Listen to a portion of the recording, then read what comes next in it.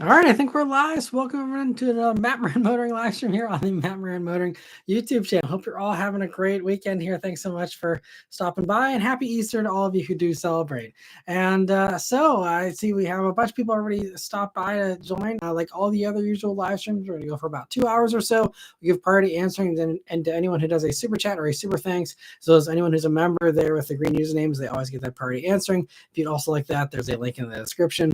And if this does go slow, because I'm wondering how many people are going to be showing up, because we might have some people that are busy with their Easter family activities and stuff, we might go a little shorter this time. We'll just have to see again how many questions come in and all that. But we'll see how it goes. But I see already Harsha, Cars, Kevin, Theodore, Brian, Anthony, Grand, Vishal, V. Mitchell, Confirmation, Raphael, Wheatman, Kyle, and yeah, Nick, Adam, thanks so much everyone for stopping by. And so let me see here, getting right into the first question. Harsha says, my spot of the week is another Charger EV, this time with the speakers on. Interesting to say the least. Nice. Yeah, I know it's definitely going to be a polarizing thing for people, but yeah, I'm glad we're seeing them out in the wild. I think most people have probably seen at least as many Charger EVs as they have Nissan Zs already this year. So I think they're off to a better start than Nissan was, at least with that. My interesting spot is just yesterday, I saw 3 Hummer EVs in an afternoon. Usually I don't see that many of them, and they're the SUV version too, not the trucks. I think the SUVs are selling a lot hotter because I think a lot of people were waiting for that. They didn't want pickup trucks, and now those ones are actually selling well. And there's also pretty good lease deals on them right now. I think I saw on Lease Hacker that some people are grabbing them for, I thought I saw somewhere between like $650 and $800 a month, which makes it a whole lot more appealing than the daunting, $100,000 price tag, might suggest. Yeah, and I see Carr says, hi everyone, hope you're having a wonderful day. My spots of the week were a Dodge Nitro, Pontiac Vibe, and an old Mercedes wagon from the 70s or 80s, possibly a 300 TD turbo diesel. And very nice spots, very cool. I feel like, was it you that saw the Dodge Nitro last week as well? It's funny you're seeing Nitros, because I never see those things anymore. Even Pontiac 5s are pretty rare these days where I'm at here. So very cool spots. And Kevin, thanks for saying hi. And Cars also says, you won't be seeing me for a while because I'm in the process of some new and exciting ventures that require a lot of time and financial investment, but I hope to see you again in the future. Take care. Well, thanks so much for stopping by and all the live streams here. And I hope everything goes well. Best of luck to you in your exciting adventures there, and hope it works out. And looking forward to hearing maybe a success story down the road once you're able to come back on YouTube here. But thanks so much for the heads up on that too, Cars. So we're not wondering where you're at, but thanks so much. And let me see, Theodore says happy Easter as well. Appreciate it. Hope your Easter has been good too, Theodore. And see, Brian says hello. Anthony says, hey everyone, happy Easter. My spots this week were a newer GT3 RS, newer loud as hell Z06, and then an old school Volkswagen Corrado. Nice. Corrados are really rare. That's impressive. And cool about the GT3 RS and the Z06. Nice spots. And Grant says, good evening. My spot this week was a Gen 1 Raptor extended cab in white, which I don't see very many Gen 1 Raptors anymore, surprisingly, and it's a very cool spot. I know those are starting to get collectible, I think, being the V8s. And also, he says, a friend of mine saw a Mercedes Coupe. Sadly, he couldn't get it to pass him, so he couldn't see which class it was. Gotcha. There's actually someone around here that's just been driving around with an S-Class Coupe, and those are really nice. And Vishal says, hey, Matt, hope you had a good Easter. As a Volkswagen fan, the Tiguan Turbo reveal was a nice surprise this week. Maybe an upgrade from my Jetta someday. Yeah, I wasn't expecting the Tiguan Turbo either. That was a fun little surprise. I wish they would have done a little bit more to it, aside from just the power. But, Mazda does it. And it's great in that. So, not complaining. But, as I was not expecting that. There was no rumors about that. And that's kind of the fun thing is whenever you do get real surprises, covering car news. And those of you who even follow car news, you've seen all the rumors, you've seen all the spy shots, you've seen all this stuff. And then every once in a while you get that fun little surprise. And that is kind of cool whenever you get those rare surprises these days. And B. Mitchell says, happy Easter to those who align that way. Dull week up here, a final generation Ford Taurus, Minneapolis highway patroller or Minnesota highway patroller was most interesting spot. I thought they all got cycled out years ago. Interesting. That is surprising. And yeah, hope your weekend's been going well too. And confirmation says I don't celebrate Easter, but happy 420, Matt. Yeah, it's funny how it lined up this year. And hope happy 420 to those of you who celebrate that as well. And Sean, thank you so much for the first super chat of the night here. He says, rough week. My grandma died. Oh, I'm so sorry to hear that, man. And I don't know how I'll make it to New Hampshire for the funeral. A dog ran out into the road and damaged my bumper. Kids slash healthcare or kid healthcare slash insurance issues. And my work is looking at layoffs. Man, that is rough. Sorry to hear about that. And I hope everything works out, especially, I mean, I can't imagine that is, that's a lot of bad stuff in 1 week. Hopefully, hopefully it can only go up from here. I know one of my pessimistic bad quotes is things are never so bad they can't be made worse. But, in your case, that's a lot of bad stuff all in 1 week. So hopefully things, obviously improve. And so sorry about your grandma though. That's tough. I've been through it. Obviously I've lost actually all my grandparents. And it's, it's never a fun thing. So, it's one of those things you just keep the memories, to keep them alive, inside you. And that's kind of the magic of memories and honoring those memories, it kind of keeps that little part of them alive. And that's, been a very comforting thing for me. And I hope you can find some comfort going forward as well. But, best of luck with all the other stuff. That's crazy. And please don't do any more super chats tonight, especially since you remember, I'll give you the priority answering, of course. Definitely you got bigger fish to fry. And, but thanks so much for stopping by. And hope everything goes well with everything else as well. Obviously, cars can be fixed. That's that's minor compared to the human stuff there, especially the kid healthcare stuff. I can't imagine. We had a little bit of a scare whenever our daughter was first born, and we were in the hospital for a few days, and that was tough. So I got a little taste of that kind of stuff, and that's definitely. I feel so bad for that kind of stuff. Actually, whenever I was at the New York Auto Show here this week, there was, I went to the Hyundai Hope on Wheels, which is Hyundai donates like millions and millions of dollars to children's cancer research. And we were at the program, or the little, it's like a cocktail party kind of thing. And Hyundai announced they're donating like $27 million this year, because I think their 27th year supporting, children's cancer research. And the two kids that were sharing their stories of, they just had pain in their leg, and then all of a sudden they get diagnosed with leukemia or whatever. And now they're coming back, and it's like, I can't imagine the strength of those kids. And it's wild. So definitely something, especially once you become a parent, you have a real, soft spot, for that in particular, beyond just the usual sympathy for that kind of stuff. So hope everything goes well with whatever the issues are there, but and best of luck with the job. It's a lot of tough. I mean, I've been hearing that obviously a lot of people, I know people that work in various sectors of the government that are worried about their jobs, that have been dragged through all the craziness of the past few months. And YouTube's doing, not great right now either. So I can kind of relate to that myself as well, with, the future kind of being uncertain for a lot of people, I think. But hope it goes better for you in the future here. And, just take it one day at a time. That's all we can do, right? So, but best of luck. And thank you so much again for the super chat. PK, thank you so much for a super chat. It says, is Audi done in the US with the Q5 having a 50% tariff? We'll see what happens. How long this stuff holds up. All these companies, all of them. I mean, even Mitsubishi. I mean, everyone says, we're committed to America. We're not going anywhere. I think if the tariffs do stay on, then, a large majority of stuff is going to just get more expensive. And yeah, the sales are going to get much lower, and maybe they won't be able to keep these things around forever. Or maybe, I think what you'll really see is, if things stay this way for the next 4 years, and if car companies are still like, well, we don't care, we're still bringing them in, then what you will see is just a lot of old product. They're not going to be able to invest in new products or new developments. And so you'll have, the new, I mean, thankfully for Audi, the timing for the Q5 is such that, they have a brand new generation that just started.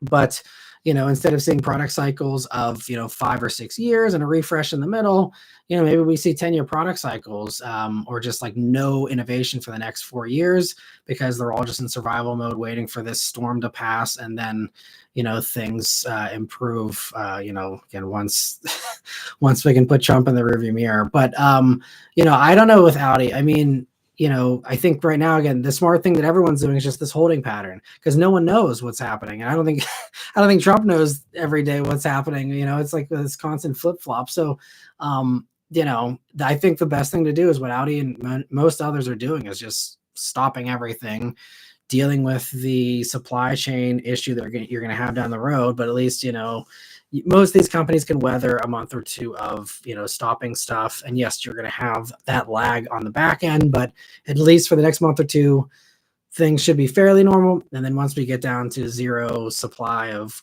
cars, then that's when it's going to get kind of crazy. But, for now, we're kind of in the calm before the storm, relatively speaking, even though I'd argue we're already in the storm. But, as far as car prices goes and all that. And, but yeah, I mean, there's other things they can do, with Audi. There's talk of, kicking out the ID4 from the factory in Tennessee. I think that makes that, and maybe, relocating Q5 production up here for that, and then moving ID4 to where Q5's at, just swapping them. Again, we're not going to have any extra production capacity because none of these companies can build the factories fast enough, like I've covered in the past. But, you'll see them saying, okay, well, what are the top sellers? We build those in America, ship everything else elsewhere, and deal with the bad sales on those things. But at least our bread and butter is safe and secure. And I think that's what you're going to see even the Scout factory, I think Volkswagen, the mothership, is probably taking a real hard look at that new Scout factory that's coming online in a year or two. And if, it looks, I think it's actually next year, potentially, if that Scout factory and all these tariffs are still, in the same state they are now, you could see Scout possibly even get shipped off somewhere else, and then that whole factory get taken over by Volkswagen Group to say, okay, let's build all of our top sellers in this giant brand new factory in America. Who cares about Scout, and just kick them off? I mean, I don't think they'll do that, because again, they have their priorities and their plans that have been in the works for half a decade or more. But if things really get ugly, like that's the kind of stuff, because my horrible brain can very easily go to worst case scenarios. I could very easily, if it comes down to being real cutthroat, completely throw the whole Scout idea out the window while we just try and weather this storm and build everything you possibly can in there. Those types of things, possibly. So, but I don't think any company is done necessarily. I think, Mitsubishi is one of the ones I'm concerned about. Mini, any of the companies that do zero production in America and have zero other parent companies doing production in America, or just, like BMW does do stuff in America, but they're going to take care of BMW. They're not going to worry about Mini, so because the volumes are so small. So any lower volume company that doesn't have production in the States already, those are the ones that I'd be on the watch for seeing them drop out. And even a lot of them, again, I don't think they're going to go anywhere. And again, hopefully this stuff,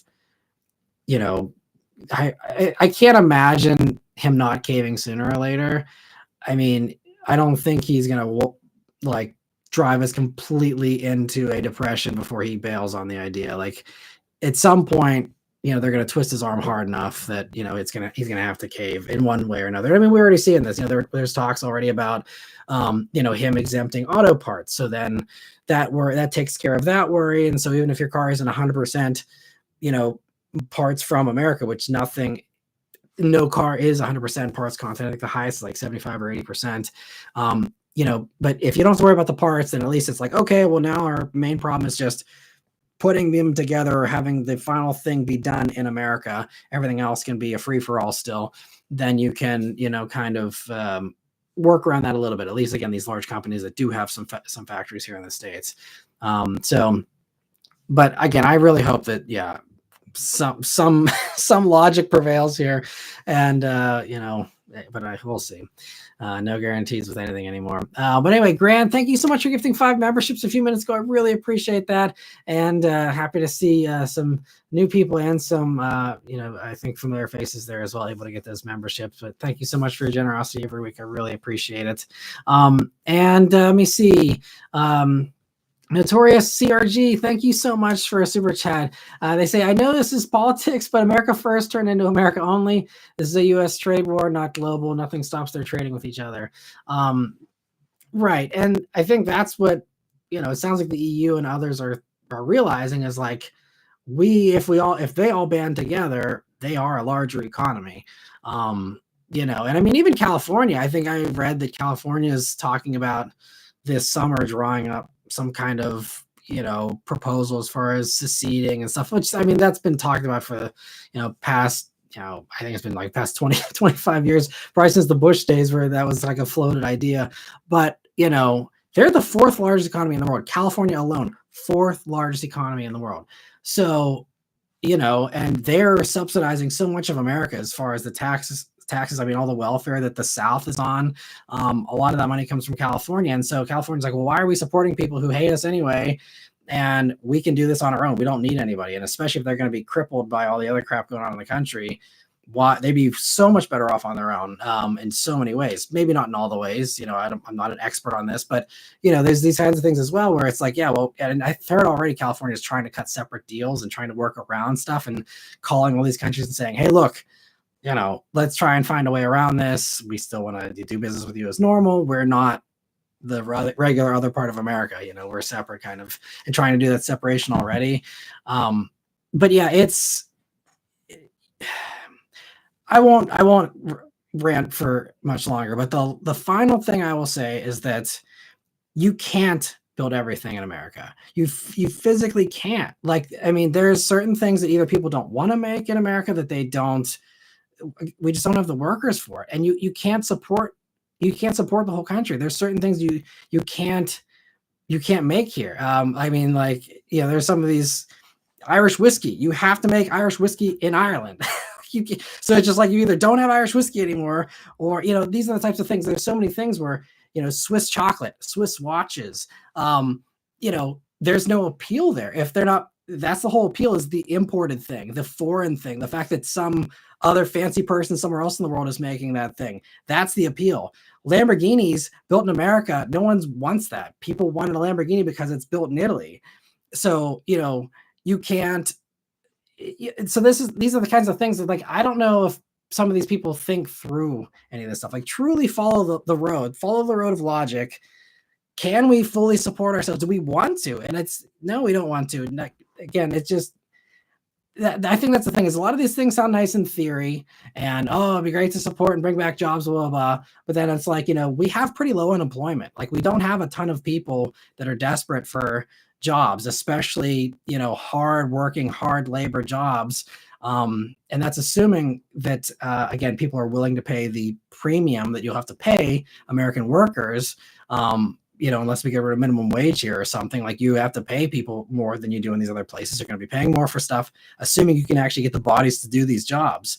It's just not realistic in the slightest. And that's just the crazy thing, I think, about this, is like, there's just no common sense. If you actually, like, take your idea and then think of how that road goes and follow that path, does it actually result in the thing that you're looking to do, or is it a dead end whenever you actually look at the realities? No one's looking at the realities of these things.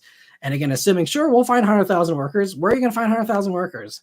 Try and find 100,000 workers. Talk to any hiring HR person about how damn hard it is to find a single good employee. The famous phrase, good help is hard to find. How are you going to find hundreds of thousands, millions of factory workers when good help is hard to find? Good luck with that, and then if you do have to, find people, you got to pay top dollar. Anyway, that's the last thing I'll say, but like, it just makes no sense at all. As much as you want to support America, I understand, like, yeah, I want to make sure that every American's got a good paying job, but like, this is not the way you do that. So anyway, yeah, there's actually a really funny Dave Chappelle bit where he was like, I don't want to make Nikes, I want to wear Nikes. And, that's kind of, the thing that people don't think about, I think, so anyway, I will leave it at that. I mean, I'm happy to talk about this stuff, but I don't want to annoy the people that don't, want to talk about that. But, I'll just respond to whatever comments come up. But, I'll curtail my my side tangent at that for now. But and thank you so much also Notorious for the super chat. I really appreciate it. But anyway, let me see here. Other member questions here. Where were we? So B Mitchell says, so Matt, did you fly or drive to the New York Auto Show? I actually drove. Anything that's under 6 hours, especially now with the this sketchiness at the FAA, in my opinion, and all the plane crashes of the past few months, I'm like, I need to fly less. So yeah, I drove to New York, and I mean it's an easy drive. I've driven it before, and it was also, I mean, it's completely fine. On the way out, I had a Mini Cooper S. You'll be seeing a review on that here soon. Great little car, especially once I got into the city. Getting to zip around in a Mini is awesome. And then on the drive home, I had an X7 M60i. So twin turbo V8 with massaging seats, fantastic stereo, super smooth cruiser, huge gas tanks. I didn't have to stop for gas the whole time. Just bombing back to Pittsburgh. Although surprising other like random thing I noticed this week, tons of cops, at least on the PA Turnpike, the most cops I've ever seen in my life. And I don't know if it's like maybe like a new directive that like this is something they need to enforce more because speeding is up, fatalities are up, so maybe they've been pushing for more enforcement. I can understand that if that's the case, but man, like hypothetically, you used to be able to go a little faster on the PA Turnpike and it wasn't too risky. Nowadays, I mean, like I literally set my cruise control for 4 over and that was it because like, and also I use Waze. I don't know if you use Waze or not, but I love Waze for the cop notifications. But Waze was not super good at calling out the cops this time. They're usually like spot on with like every single cop is always on Waze and I always get an alert for it. And it was like maybe 50% of them, but like I was tagging a bunch of them myself because it was like no one was calling these cops out. And then I'm like, ah, crap. Like, and this is when I finally gave up and I'm like, all right, doing 4 over and that's it. At one point it was so heavy. I was literally I set the cruise control at speed limit and I was just like, all right, whatever. Because it was like every like 2 miles I saw a cop. It's like, geez, I don't know. They have this many cop cars in the whole like state, Pennsylvania State Police highway cruiser force. It was just nuts. so anyway, yeah, wasn't able to deploy the speed of the X7 there, but super nice cruiser. So yeah, I love road trips. I actually really miss road trips. And I was kind of sad, because that's one thing getting rid of the Bullet last year. Obviously, the Fiat's not a great road tripper, and I don't really need to road trip because, again, I'm usually flying everywhere. But, with these press cars, I've been able to thankfully get permission to drive a lot of these long drives. And I won't say too much yet because I don't think I'm at liberty to say about the next thing I'm doing, but I'm going to be doing another long drive, about 800 miles round trip here in a couple of weeks. And as long as the press fleet and everything works out, I should have a Cadillac Escalade with Super Cruise, which will be like the best road tripper because that thing, huge tank and hands-free for probably most of it. And it's the 2025 Escalade, of course, the newest version of Super Cruise. So that means hands-free lane changes and everything. So that I'm literally just sitting there. I'm just sitting there watching everything go by, basically.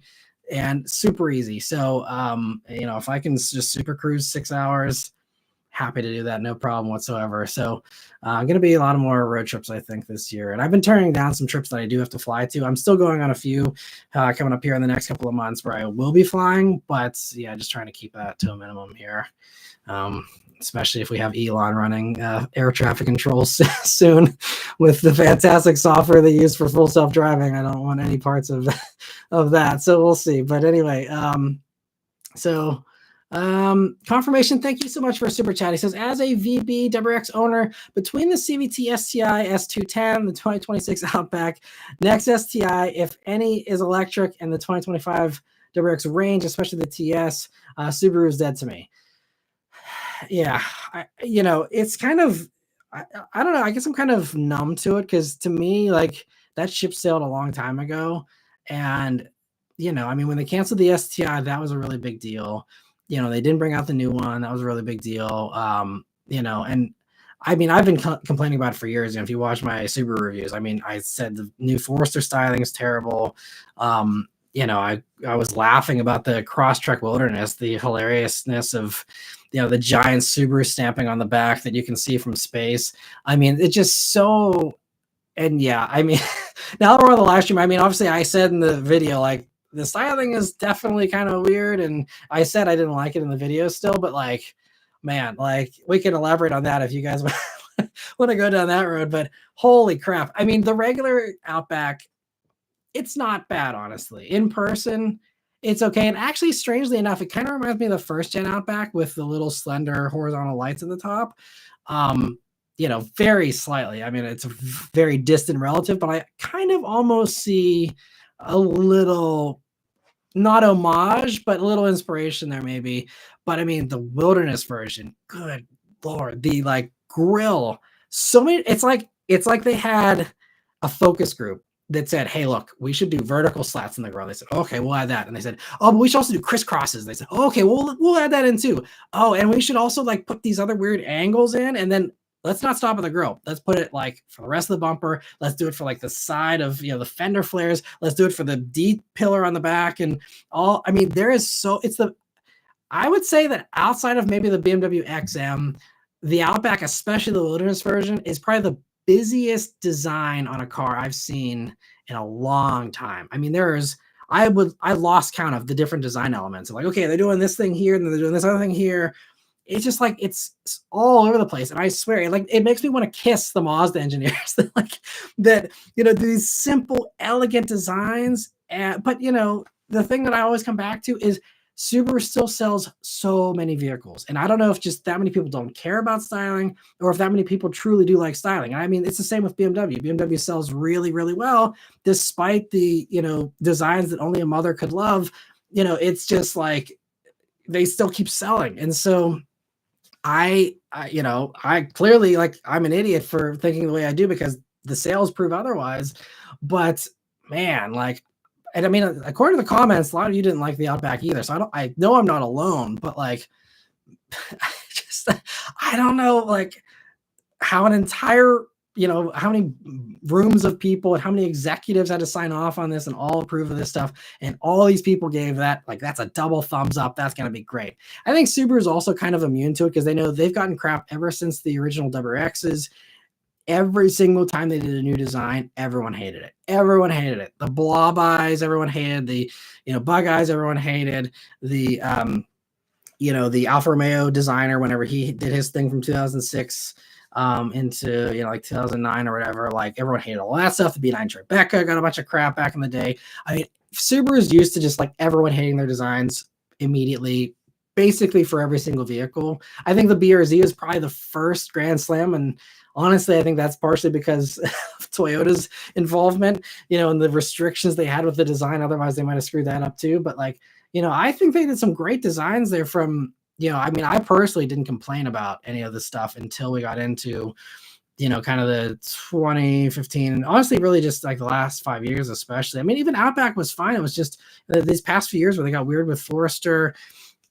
And yeah, I don't know. It seems like they've kind of lost their way.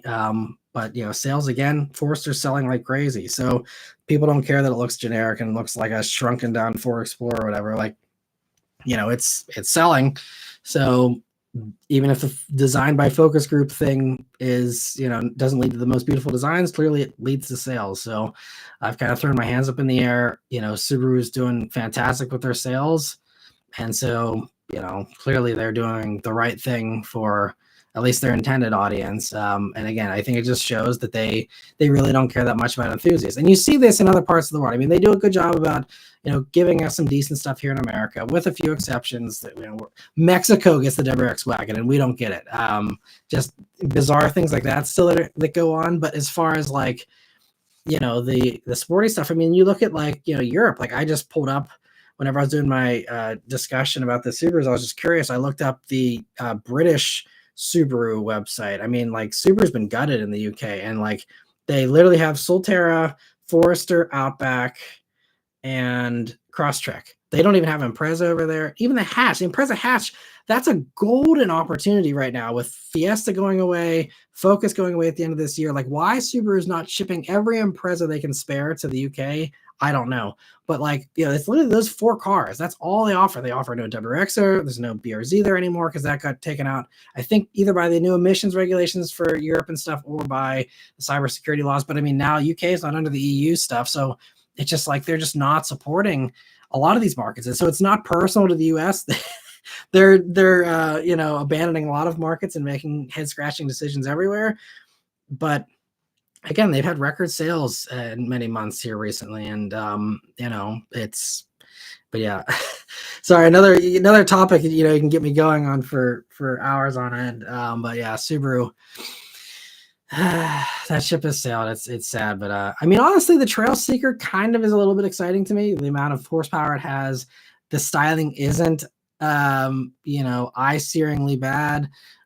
I don't know, and yeah, I think the Trail Seeker is actually the first Subaru I was like, oh, okay, like that's kind of cool.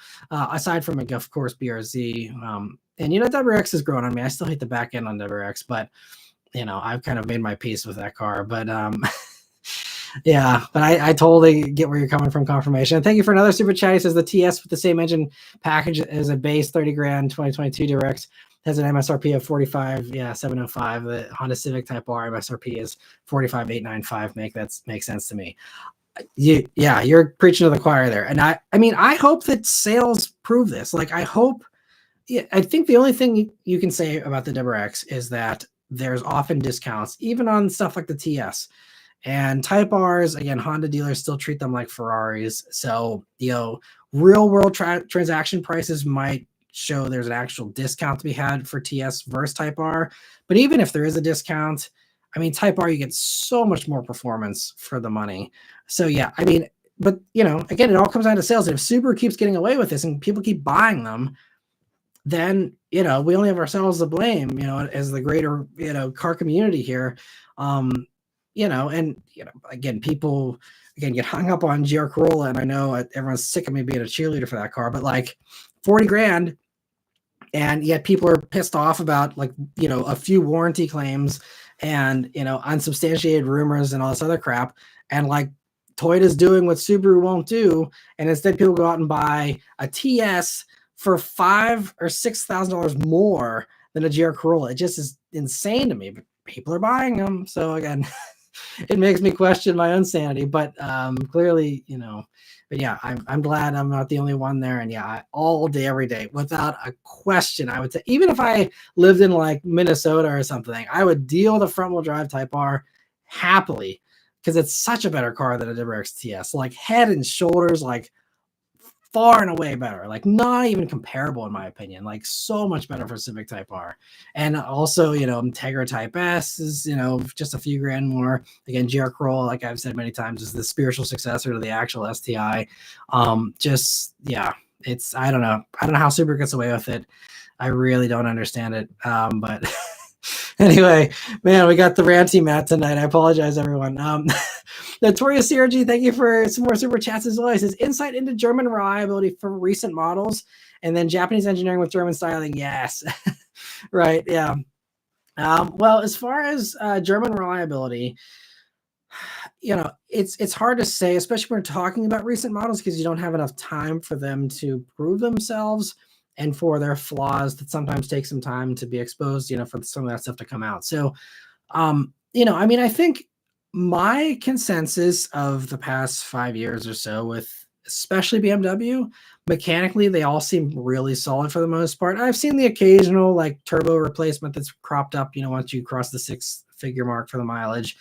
But typically it seems like mechanically they're all pretty stout. Audi, sometimes gonna have the Volkswagen issues down the road for some of them, but I'd say most modern cars, if they are maintained properly, I'd say most stuff these days, I have confidence would, be able to hit about 200,000 miles.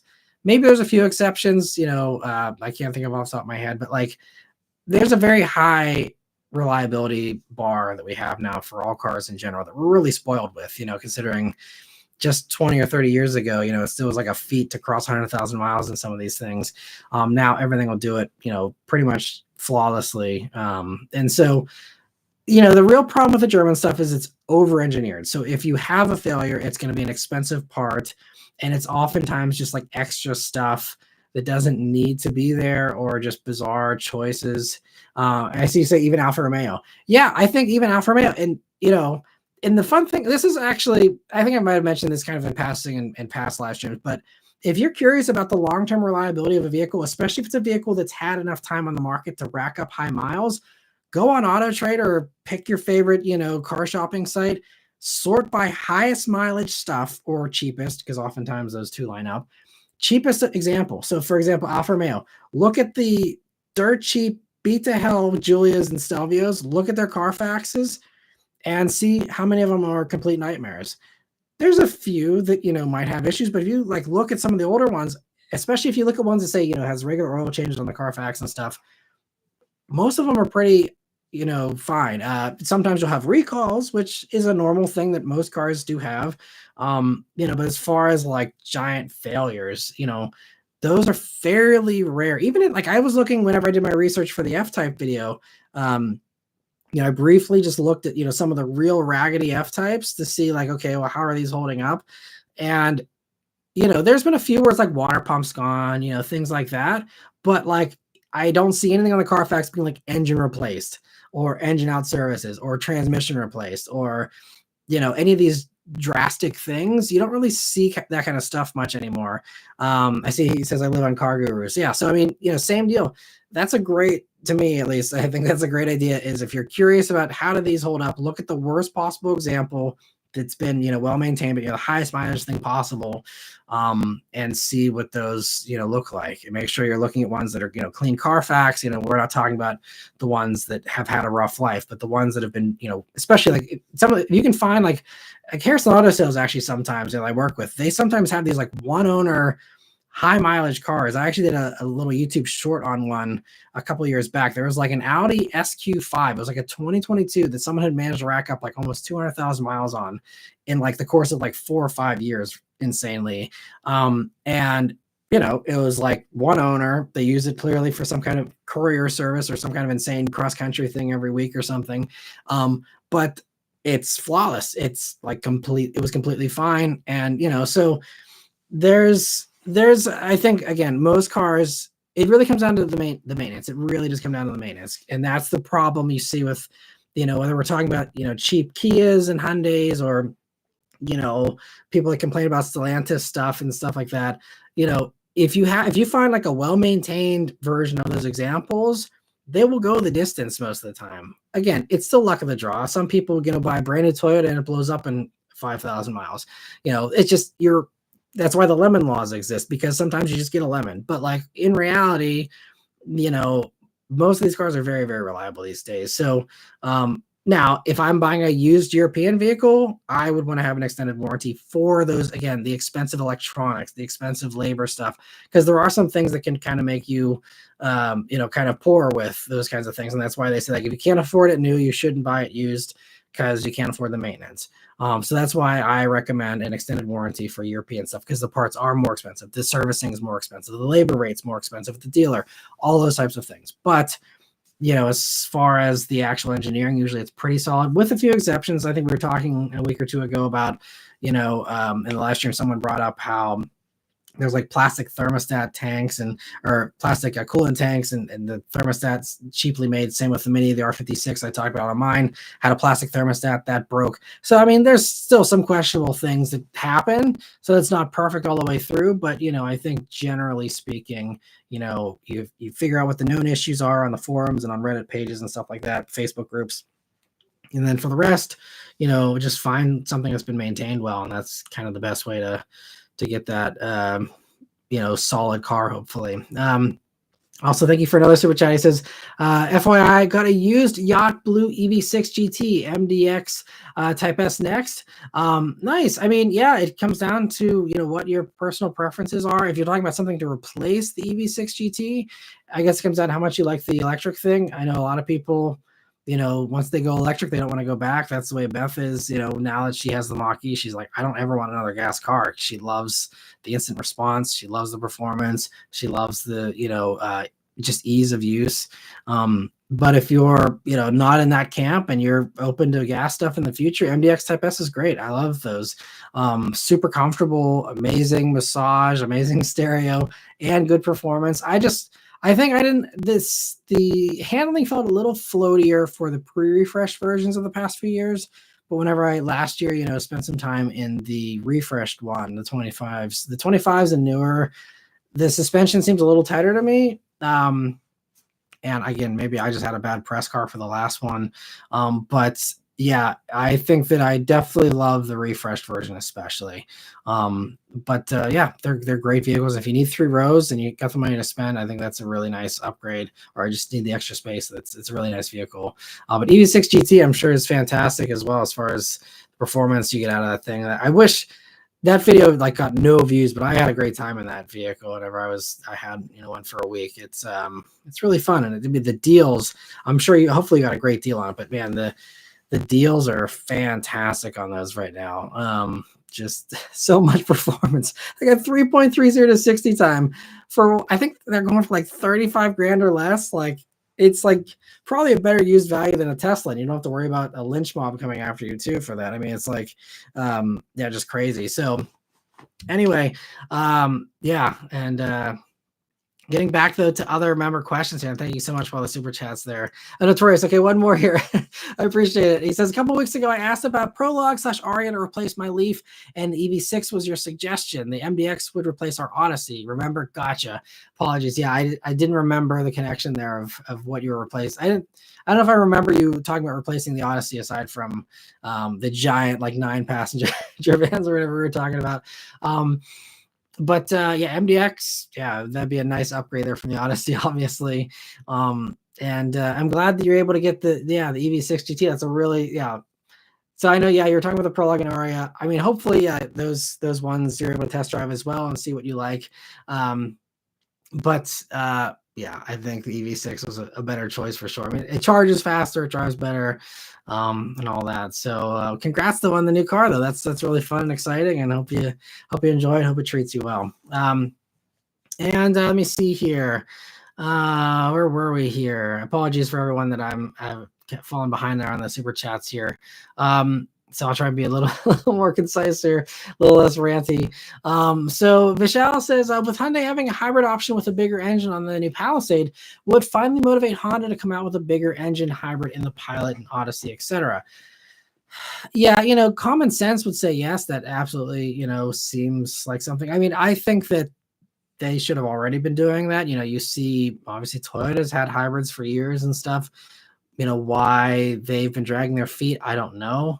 I think, Honda wants to do things their way, and I think they probably have higher requirements. I think they could honestly probably get away with putting the current top hybrid, which is 248 pound-feet of torque. Probably get away with putting that in the Pilot. It would be less power than the V6, but not too far off on the torque figure at least. And, again, would just give people that option. But I know, again, it seems like Honda doesn't want to do those easy, low-hanging fruit things. So they're probably going to try and do some kind of, punchier hybrid setup for that. Maybe. But, I don't think there's any real punchier hybrid in the pipeline that I've heard about. And they're talking about doing the electric stuff. They give us, plenty of publicity about how, we're going to do these electric, crossovers and sedans and all this stuff.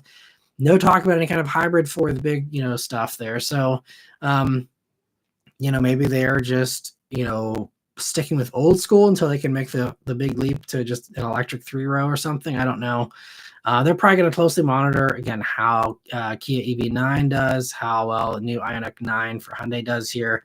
And if those seem like it's a market they want to get into, then maybe they will, do a stretch version of the, 0 Series platform or whatever that they have coming out here next year, to maybe, do a 3-row version of that and just skip, the hybrid thing. But I mean, they should know, obviously hybrids are very hot. They're doing, they're talking about hybridizing so much of their lineup. But I just don't know. It just, it seems like, again, something that they should have done. HRV should have a hybrid by now. That doesn't either. The ADX, the new ADX just came out. That could have been a prime component for, or a candidate for the hybrid. They didn't do it in that. So Honda's another one of these companies where, again, they just make some decisions. I'm like, or they just don't have product that is right there. That's so easy to do, and they just don't do it. So, for that reason, it's hard for me to predict what Honda's going to do next. But logic would dictate, yes, you would think they would want to compete, but Honda doesn't seem like they really care about competing. I mean, look at the Pilot interior compared to everything else. But 9-inch screen compared to everyone's had 12-inch screens for a few years now. They don't care, and they sell a ton of Pilots still. So that's another one of those, like, we might think, or as a reviewer, I might think, well, you're down in this way and this way and this way. But then the market says they don't care. And then Honda says, see, this is why we don't bother. And so, there's that kind of thing that happens as well. So maybe there's some of that. But, I think Pilot's selling just fine for them. And they probably are happy just to keep on churning them out the way they are. Especially now there's no emissions regulations here in America, probably. There's no pressure. Maybe there was pressure, with the way things were planned for, with the fuel economy rules, that might have put some pressure on them. But that probably, again, isn't far enough along. They can probably, cancel that, before they got too far on that. And then now they don't have to worry. So, maybe we'll see some hybrid Pilot, in the 2030s, but definitely not in Trump's America, I don't think. But who knows? And Raphael says the sighting this week is a bike, 1989 Honda CBR 1000 Hurricane, all white. And she was the original owner. I wanted one of those out of high school. Wow, that's awesome. That's cool. You got to talk with her too. And that's, wow. I love owners that keep stuff a long time like that. That's always so exciting and just, yeah, I love those kinds of stories. So great sighting. Thanks for sharing, Raphael. See everyone else saying happy Easter. Luke says, I've been seeing a good amount of Kia K4s lately. I saw about one per day last week on my trucking journeys. Nice. Yeah, I've been seeing some K4s out and about as well. It seems like people really are enjoying those. I was actually behind one on the highway for a little bit coming back from New York. It's still, especially at night, those lights are so big on the back end of that little car. It's kind of funny. I mean, it's bold, but yeah, I do like the K4 though. It's a really good little car. I see Decepticon says, happy Wheatster, Matt. Happy Wheatster to you as well. Happy 420 to everyone that's joined in late here. Then Truck Car Guy says, greetings from Arizona. And some more Easter greetings here. And Will, thanks for waving hi. And let me see. So we are a little bit behind. So anyone, I'm going to just do just member questions here, just get caught up. And then anyone who I'm skipping here, definitely feel free to ask your questions later on here. I'll be more than happy to still try and answer those best I can. But Big Mitchell says, find that photo of your grandpa's 59 Studebaker Hawk yet? Sorry, I forgot. It's just, again, crazy week with the New York Auto Show and everything else. And then all the Easter stuff and everything. I am wiped.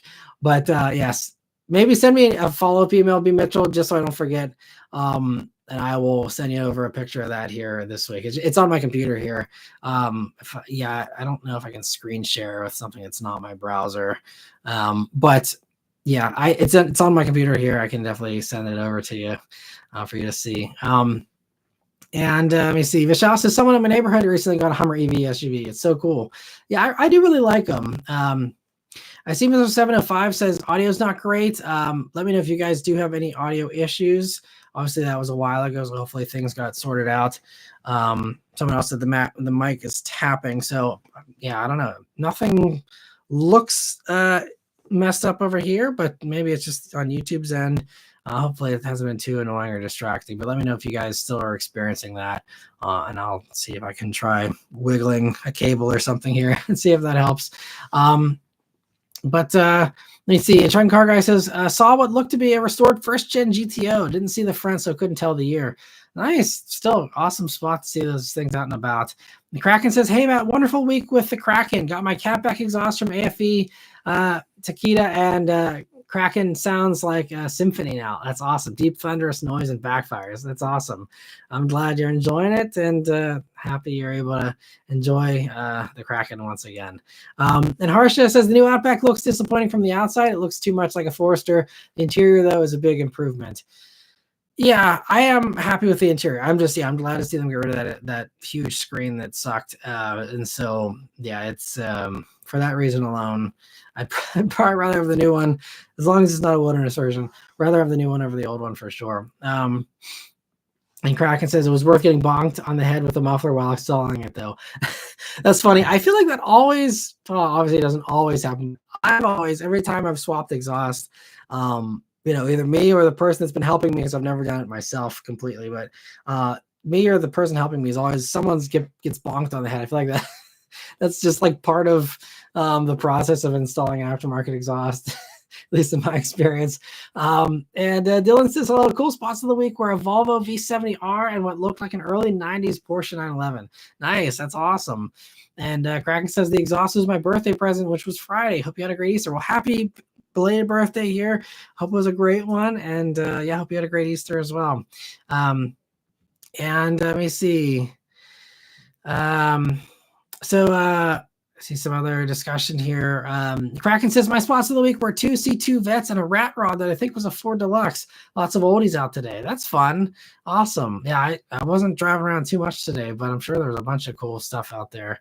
And let me see. So I see Sean says, thanks, Matt. Sorry to rain on the parade. I'm actually kind of regretting posting it. I feel like I'm bringing the mood down. No, it's all good. I mean, it's, that's hopefully, we can all kind of support each other. I know a lot of people, are the same people that show up every week. And so, getting that support from other people, here online, hopefully maybe helps a little bit as well. But I mean, I think, online, everyone sees the highlight reels, and, very few people are very real, about the not so great highlight stuff, and that's something, even in my own life, you guys see the glamorous stuff, you see the travels, you see, and I talk about this with all of my other car review buddies as well. Even aside from just like other life issues, just the facade almost of, the car reviewer life of, again, everyone sees the destinations, they see the cars, they don't see all the hours in airports, the missed flights, the crappy people you sit next to sometimes, the fiascos you go through, the getting stranded in an airport every once in a while, or, whatever the case is, some of the just, other non-ideal things. And again, first world problems, but, there's a lot of crap that goes on behind the scenes, or even just, with press car scheduling can kind of, be tricky sometimes, and just all the emails to get on things or to do this or to do that, and the scheduling, the organizing, the fiasco of juggling all these cars as eye rolling as that sounds, like it can be really overwhelming. You're like, oh crap, I got like this week I have 3 press cars, and sounds really fun, I know, but like, there's the idea of like, okay, I gotta drive all 3 of these enough to get decent fuel economy ratings on them, so that I like have a realistic, like, here's what I got, so that it's not like, oh, I drove 5 miles and I can't tell you what my actual fuel economy is because I don't know, and it's tempting because there's some of the cars that I have out here are way more fun to drive than some of the other ones that I have out here, but I have to drive all of them equally so that I again get the miles on them I need to do good reviews. And so it's like, man, that really sick thing is sitting in my driveway, but I have to take that other thing. And, maybe I don't enjoy it as much. It still is something I'm curious about. And I don't hate driving anything really that I get these days. But, it's just those types of things that being like, well, I got to drive them enough, and then I got to film all of them. And it's a lot of work to film and then editing them all. And it's a whole thing. And I mean, that's my job, so I'm not complaining. But, there's a lot of that stressful stuff, and everyone sees the 20 minutes. I'm going fast, or hey, look, I'm at this cool hotel at this cool place to drive this car, but no one sees all the other crap behind the scenes, and again, that's just the career stuff that has nothing to do with all the other just life stuff that we all deal with just medical stuff or family stuff, or they're all these other things that I go through just like everybody else does as well. And so it's it's good to be kind of transparent sometimes, and so don't feel bad at all, Sean. And hopefully, a little bit of support there, and even just some virtual hugs from all of us, can help a little bit, hopefully. So yeah, definitely don't regret that at all. So let me see. Sean says, so how about an Easter joke? I'm not great at coming up with jokes off the top of my head. My dad is a big joker, but I can't even remember any of his Easter jokes, I don't think, off the top of my head. But if I think of one, maybe someone else can supply a better one. Oh, I think, okay, you have one here. So he says, a rooster at a farm wakes up Easter morning, pokes his head out of the coop, and sees all the colored eggs on the ground. He looks at the eggs, looks at the hens, looks at the eggs, then storms across the barnyard and beats up the peacock. Nice. That's funny. Good one. And appreciate the joke there, Sean. And let me see. Joe says Matt's not here to compete with the Super Bowl, but Easter, Matt's risen like sourdough. Yeah, yeah, it's just one of those things. At least for me, I didn't have anything going on this evening, and I figured at least I can hang out and chat with those of you who, again, don't have anything else going on either. And again, just recognizing not everyone celebrates Easter as well. So hopefully, have some people able to join. It looks like we have a slightly less large group than we usually have, but always happy just to hang. And in this case, since I've been so ranty tonight, it's probably for the better because I'm able to not be super far behind on comments. But let me see. The okayist basis says, what are your thoughts on PA jumping on board with other states and charging $200 for registration on EVs and PHEVs? I hadn't heard about that. So thank you for the news on that. I didn't see that. Interesting. Yeah, I see Joe says, Matt, the audio is awful. Okay, so everyone else okay, it's bad. Let me see. Apologies, everyone. I don't know. Maybe I need to like swap my cable on my mic or get a new mic or something. So I don't know if that's any better. Let me know if you guys still have it. I apologize. Maybe I'll just go back to not using my mic and just use the built-in thing because that should be more reliable because I know we've had some mic issues in the past. This one's just so much better. I don't think I can switch mics midstream. Yeah, I can try next week just using the built-in mic and see, but I mean, yeah, this mic does work. I don't know why it's being weird for the live streams because I use this mic for the weekly updates and I never have an issue with the audio on the weekly updates. So I don't know why it just doesn't like the live stream here. But if it gets truly unbearable, let me know, and I'm happy to maybe try and reset the stream or something in case it's like an network issue instead of an actual mic issue. I don't know. But I'm just gonna keep answering the next few questions here. And then see, if it gets bad, we can just, try and, maybe we can just bail early too, depending on how far along we get here. But let me see. Confirmation says, how much inventory do these companies have to ride this out? It comes down to the company as far as, the tariff talk we were talking about a few minutes ago. Some companies have like a 100-day supply. Like I think that's what Mitsubishi has. Other companies, it's already dropped fast. Like some companies typically have 70 to 80 days. Now they're down to like 60 or 50 days. So, it's already drying up quickly for because a lot of these companies are seeing a bunch of the panic buying that happened in the past few weeks here. And so there could be, this dwindling supply that happens even faster as a result. Same thing why we saw, everyone bought Nintendo Switches before the pandemic and stuff. And then, it was impossible to get a console, for months after that or even years. So, it could be that kind of thing that happens as well. And yeah, Joe says still hearing crackling. And this was, again, a while ago. So I'm not sure. Harsha was hearing it as well. So let me see. Chad says we were behind an Atlas today and they put way too much trust in the systems. Interesting as far as the lane keep assist and all that kind of stuff. Interesting. Yeah. Some people aren't properly educated as well on what these systems actually do.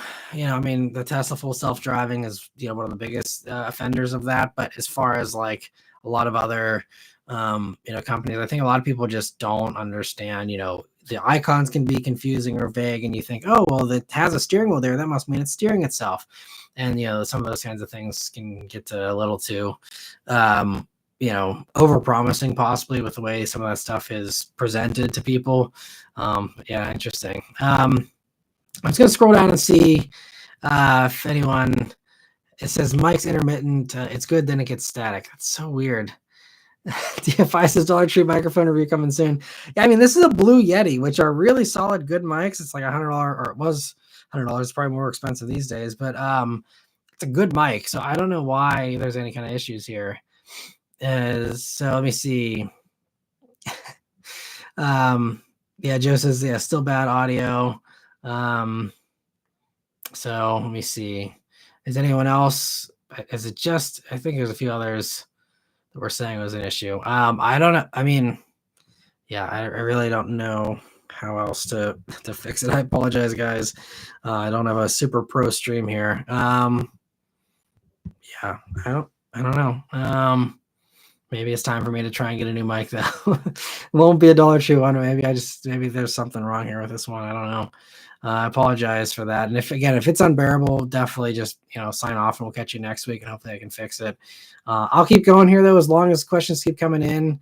I'll keep on answering, and then if it just again gets too bad for everyone, just sign off. I understand, and I'll get the message to just hang it up and go home.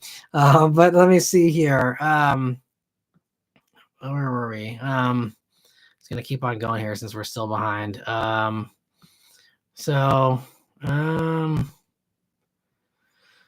me see. So Kraken says, sorry I'm blowing up the chat map, but I sent you an email with my channel link because I know you wanted to see my 2-year update video on Kraken a couple of Q&As ago. Nice. Yeah, thanks for sending that over. I'll check it out. Joe says, Matt said too much quiche, or I don't even know how to say that word. But no alcohol for me, if that's what you're wondering as far as the rantiness. Just been, I guess, a crazy week, and maybe I'm a little more loose this week for some reason. I don't know. B. Mitchell says you'll have a better chance of seeing Porsche Taycans rolling out of the Scout plant than Volkswagens. Yeah, I mean, we'll see. I mean, I think anything's on the table as far as Volkswagen Group goes. I mean, to me, I feel like Porsche is kind of like the exotic stuff where people buy it because it is German made in many cases. So I think Porsche might be one of the last ones of Volkswagen Group to bring stuff to the States, but again, anything's possible. We'll have to see. Also, Porsche buyers could probably stomach the tariff bump better than most others, so there's probably some of that as well. But let me see. Jazz says, I think Matt should meet with Trump. That I feel like that'd be talking to a brick wall. Let me see. Confirmation says a Rolls Royce made in America is a disgusting thought. Yeah, and that's why things like that will never happen, especially Rolls Royce. Those buyers can totally pay that. I mean, they don't. They 25% on op is like what the starting entry fee on options for those things. I mean, most of these cars. I mean, like even the Rolls Royce, the Spectre press car that I had. I think that started at like 420 or something like that. I can't remember the starting price for those, but the one I was driving was like 550 grand. So I mean, that's talking about 25% there. I mean, that's over 25% just on options, just to get the leather, the color you want, just to get, these little things changed here and there. So yeah, that's, Rolls Royce is one of the ones I would, bet my car aren't going to bring anything to the States, no matter how badly things get. But let me see. Harsha says a Tesla insider said that if refresh Model S and X are coming by the end of the year, it should get all the improvements of the Model 3 and the Model Y and get a new look. Interesting. It's amazing they're still doing refreshes. I mean, yeah, I guess I can't blame Tesla for it these days, because I think they have to be very careful about how they spend money now going forward, because I don't think they have the bright future that they once had. But I mean, come on, Model S. That came out 2012? Like, it gets to a point. I mean, you can't pull off a 4Runner with everything or a Land Cruiser with everything. Like, you have to do a new generation. Like, a refresh is not, I mean, maybe it'll cut it for some people. And again, especially if they're just selling, to a certain buyer that, again, doesn't cross shop, that is just going to buy a Tesla because it's a Tesla. I guess that's enough for those people. But for any cross shoppers, if they're actually trying to be a competitive car company, you can't keep going with the same old car. People expect more space on the next version. People expect, more enhancements than just cooled seats. I mean, you already have all these things in it. So I don't know what improvements from Model 3 and Model Y it's getting, because S and X already have cooled seats. What the little screen maybe for the back seats. Maybe the better sound deadening, a few other things. I don't know, but you need to just do a new generation, because everyone knows in the car world that it's the same car. It's the same shape, it's the same size, it's mostly the same look. Even if you give it more slender headlights and taillights, I don't think that's enough. I don't know why Tesla thinks that's enough. Maybe that's BS. Maybe that sounds exactly like what I would expect out of them these days, and I just you know, and then they spend all this crazy money on stuff like Cybertruck, but then they're completely letting everything else die on the vine. I really don't understand. But again, I mean, you look at who's running the show, and then I guess, you know, the head scratchers aren't so much head scratchers anymore. But anyway, Grant says New York reminds me of the time you had a Lambo Urus as an Uber. That was funny. Yeah, you remember that. That was with I think his channel's Drive 615. I think is the name of his channel. That yeah, he was doing those videos of giving people rides in his. I think it wasn't his own Urus. I think he rented an Urus and then yeah, did the videos. But yeah, that was a fun little thing. That was the last time I was actually in New York for the auto show, which I think was actually 2019. That's funny you remember that. Yeah, that was fun for sure. And Notorious CRG says we aren't getting screwed. Trade deficits are not inherently bad, despite what Trump may say. Yeah, I know. That's I've seen so many funny jokes about that. Someone being like, I bought food from the restaurant the other day and I spent $30 and now I have a $30 trade deficit with them. So in retaliation, I'm going to boycott food. Like, you know, those types like that. It's like that is the rationale. Is like, we're buying more from them than they're buying from us. We can't have that. And it's like, well, what if there's a good reason for that? Again, it's yeah, I've tried to wrap my head around it, and there's just I can't do it. But Notorious also says tariffs are a tool in a toolbox. They shouldn't be used as a thermonuclear device. Yeah, right. I agree. And yeah, William says the Wilderness model looks like the regular Outback wearing hella jacked up black plastic suspenders. Paul Bunyan ass SUV. Yeah, that's a funny, yeah, with the suspenders for the front part of the griller. That is really funny. Yeah, that's oh man, the Wilderness, they really go for it there. But again, people buy them, so it's just I guess we should be more disappointed in the general car buying public that Subaru can get away with that. I think that's really the only place to turn. If Subaru's not, not obviously they're not going to change because they're laughing all the way to the bank. So it's like, we have to just be disappointed in people's car buying choices. Everyone likes something different, so who am I to judge? But yeah, I guess some people do not care about the styling, or maybe they truly think it looks great. And if that's great, and happy for them. But yeah. It seems like most people agree that Subarus are not the most good looking cars. And let me see. Harsha says, yeah, the back end of the Wilderness is so bad. The taillights are terrible. Yeah. And it's also where they like cheapened out with the taillights on the back of the Wilderness version. Cause it's like, you get the nice light strip on the regular Outback, which I actually have no real issues with the actual rear end of the new Outback. I think that's actually okay. And I will actually give them a point. Like that's completely fine. But then like on the Wilderness, you don't get the light bar. Instead, you get the little corner lights, and then you get like tacked on lights that look like, again, it was someone like modified their car some weekend when they were drunk and like, let's put these here instead. that's what they did. But yeah, I don't know. It is what it is. And Kyle, thank you so much for gifting 5 memberships. I really appreciate that. And happy to see a bunch of people able to grab those memberships there. Thank you so much, Kyle, for your support every week as well. I really appreciate it too. And let me see here. Where were we? So Will also says, supposedly from what I've heard, the lawyer buyers love all the body cladding. Yeah, well, I'm happy for them. The only other thing I'll worry about with body cladding is how that wears. Black plastic doesn't age very well, especially if you live in a sunny place. That stuff gets caked in the sun and just baked and just turns to faded, crappy looking stuff. It looks horrible the first time you wax it because no one's going to wax perfectly. And you get a little bit on there and then it's on there for eternity. And, it just, but yeah, I guess people like it. Again, people buy it. It is what it is. Harsher says, wonder what Subaru will do to that next gen BRZ if Toyota goes solo. I think they'll get rid of it. Absolutely. I would be really surprised if Subaru goes it alone on a BRZ. I think it's almost a guarantee BRZ is going to go away once they part ways, if that actually happens. But if Toyota does its own thing, here in a couple of years, I think absolutely there's no chance of a new gen BRZ. I guess the best case scenario, if maybe, I don't see with Toyota's partnership, I don't think they can even build it on their own. Like even if they kept the old BRZ around for the next 10 years or something, I don't even know if they could do that. But that would be like the best case scenario, I think, for BRZ fans. But otherwise, yeah, just follow Toyota. They're the ones that actually care about moving the ball forward on performance. So I would just, stick with that. But let me see.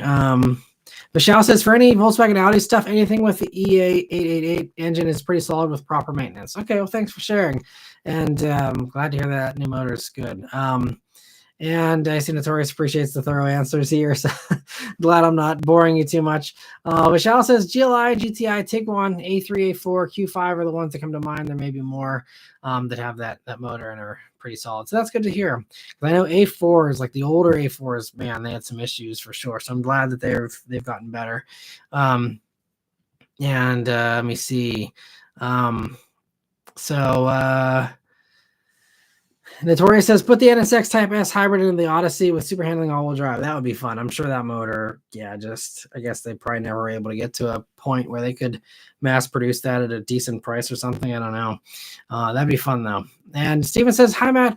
What are the schedule logistics behind press cars? For example, can you abruptly reschedule / cancel press cars? Can you drop all the scheduled press cars if there's a last-minute car to review? So that's an interesting question. Thanks for asking, Stephen. So as far as how the logistics work, so typically, well, I'll just answer your questions first. So I can abruptly reschedule or cancel if I really need to. The problem is, especially being in Pittsburgh here, I'm about 4 to 5 hours from all the fleet offices.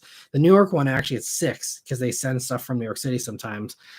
And so for those, it's very important that we have a rotation going because they send a driver up 4 or 5, 6 hours and they need to ride home. And so, some of them, they all do it differently. Some of them will either send a chase car up and then they basically, because they are driving another, manufacturer vehicle. So they either basically do double miles and do, and justify the cost of sending 2 drivers up and having one of them give them a ride back. But then others, will like fly. And so there's been a couple of times where I've actually picked up the driver from the airport and then, they drive the car home at the end of a rotation. But it's very important to keep that rotation going. Sometimes it doesn't make sense or it's just not possible if there's just nothing new that's coming in, or I just say no to too many things like, well, if this is all, if you can't take any of these other ones, then we're just going to have this rotation. We'll end it here. But I try to keep that to a minimum. And that's been kind of one of the balancing acts of the press cars is keeping the rotation going to make it so that it's not a pain in the butt to send me cars, but trying to only say yes to stuff that I know is going to be a good use of my time. And there's some bargaining that happens. Sometimes I really say I have three weeks worth of cars. So I want to, I really want to view this one. I really want to view this one, but I have to take this one just to link those two because I can't not have that one and then, have them be screwed in that middle week. And so that's why, there's occasionally cars that pop up here that, you might be like, well, why is he bothering to review that? Or it might be something that I personally wouldn't be running out to review, but it's needed to kind of keep that rotation going because I know that it's worth having one, bum car, for lack of a better term, in exchange for the fact that I know these two are going to be really good. But I had a huge ordeal with trying to schedule my upcoming rotation of a bunch of stuff. The people I work with are great. It's just that, there's limitations as far as budgeting as well, because the car company has to approve, sending the cars up. There's a cost associated with the manufacturers delivering me the car, obviously, and taking it back. And so there's also budget restrictions that some of these schedulers have to deal with of, okay, well, we can only send you one of these cars of this brand of car per rotation because that's all that they have certified us for. You can only get 1 or 2 of these per, this amount of time or whatever the case is, or they might be weird about mileage. So there's all those types of things that happen. So I have never actually rescheduled or canceled a press car. And because there's never been anything that's come up where I've been completely down for a week. And, so usually even there's been times in the past where I've been in the ER for a day, or I've had some issues, or I've been sick or something, where I try and work around stuff. And I find, at least like, can I at least get better and get over this sickness or get over whatever's happening, fast enough to at least, have one day to drive the car and do a review on it, even if I can't do all the miles I want to do or something. But there's never been a time where I've been like, look, I'm going to be completely incapacitated for this extended period of time, and so I have to cancel last minute. I've never canceled. As far as, can I drop all the scheduled press cars if there's a last minute car review? That would be a real fiasco for the schedulers, because again, after the car goes to me, it goes to someone else, and then I screw up the gaps with some of these. Like, for example, Sophion from Redline Reviews, he's in the middle of PA, and they do sometimes the scheduling, so they piggyback us on the same cars. Like sometimes he'll get stuff the week prior, and then they just have to drive a couple hours over to me in Pittsburgh here to then give it to me after, or sometimes it's vice versa. They send it to me first for whatever reason, and then he gets it, instead of them going all the way back to the fleet office, they just stop off at a car wash, clean it up for him, and then drop it off, at his house or whatever. So there's some of that stuff. So then if I say, oh, well, I'm just going to cancel everything, then I could screw up Sophion's fleet, schedule, and I could screw up the other people that get stuff. And so we're all kind of, codependent on each other in some ways, and it's all kind of this symbiotic relationship. So that's why, it's very much a concern of like trying to not rock the boat as far as the press cars goes, and trying to, just keep that rotation going at the end of the day. But I mean, I have been really picky, and I've apologized to so many of these fleet managers. I'm like, look, I'm really sorry, but like, I cannot take this many duds or cars that I don't think are going to perform. And I mean, even if they're cars, a lot of these cars I've been turning down, by the way, like, I'll give one example. Actually, I turned down the Escalade IQ, because there's the IQL version coming in the fall. And realistically, I think that most Escalade buyers are just going to want the L version. And so one, I'm like, okay, now they have already shown the L version. So everyone that is shopping in that segment knows the L is coming. Probably going to wait for that. And it's just, I can't do these 100,000 plus electric SUVs all the time, because there's very few people in that market. And I'm still trying to actually provide car buying advice, not just flex about what cool car I'm in that week. So like, I've been turning down some of the expensive stuff. Obviously not all of it. I had the Aston Martin and stuff, but especially when it's not performance, and especially if it's electric, as much as I love electric, and I mean, again, we're now a all electric household with, 2 EVs. I can't, I know it's not going to get views. So like that was one where like, I love Cadillac, and I said, I'm sorry, but like, this is just not going to perform. I can't do it. And so, there's some of those where I do that, and then it's like, okay, well, now we got to fill that other gap with something else. And it's, kind of a whole thing. But, we try and find ways to work around it. But I've been saying no to more. And I mean, there's a chance, I will never like cancel a schedule, but I may tell them to stop scheduling stuff for me. If the tariff situation gets really bad, like I've talked about in the past, I may just completely quit doing new cars, or at least only do dirt cheap new cars. If, the tariffs drive everyone into poverty here, down the road. There's no point in reviewing anything nice, because no one's going to be able to afford it. Aside, again, I'm not here to review cars for 1%ers. It's just not me. It works for Doug. It works for a bunch of other people. I'm here for the people. I'm not here to show off. I'm not here to appeal to the rich people that, can buy $1 million cars. There's, a handful of those people that doesn't get the views, that doesn't pay the bills for me.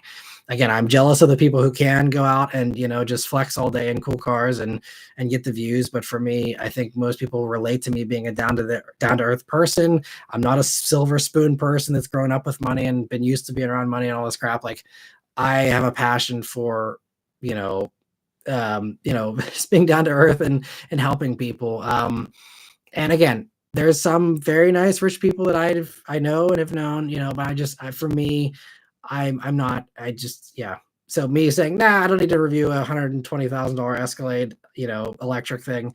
Like, sure, it'd be fun to drive around in for a week, but I just, again, I have to do this. I have to treat this as a business. And so sometimes that's one of those tough business decisions, is turning down a week with a $120,000 car, because it's just, unfortunately a waste of time on the channel, So, but it's tough, because yeah, it's definitely the car enthusiast in me was like, oh wow, this thing's got all these cool features and stuff I'd love to try, but I'm not going to do it.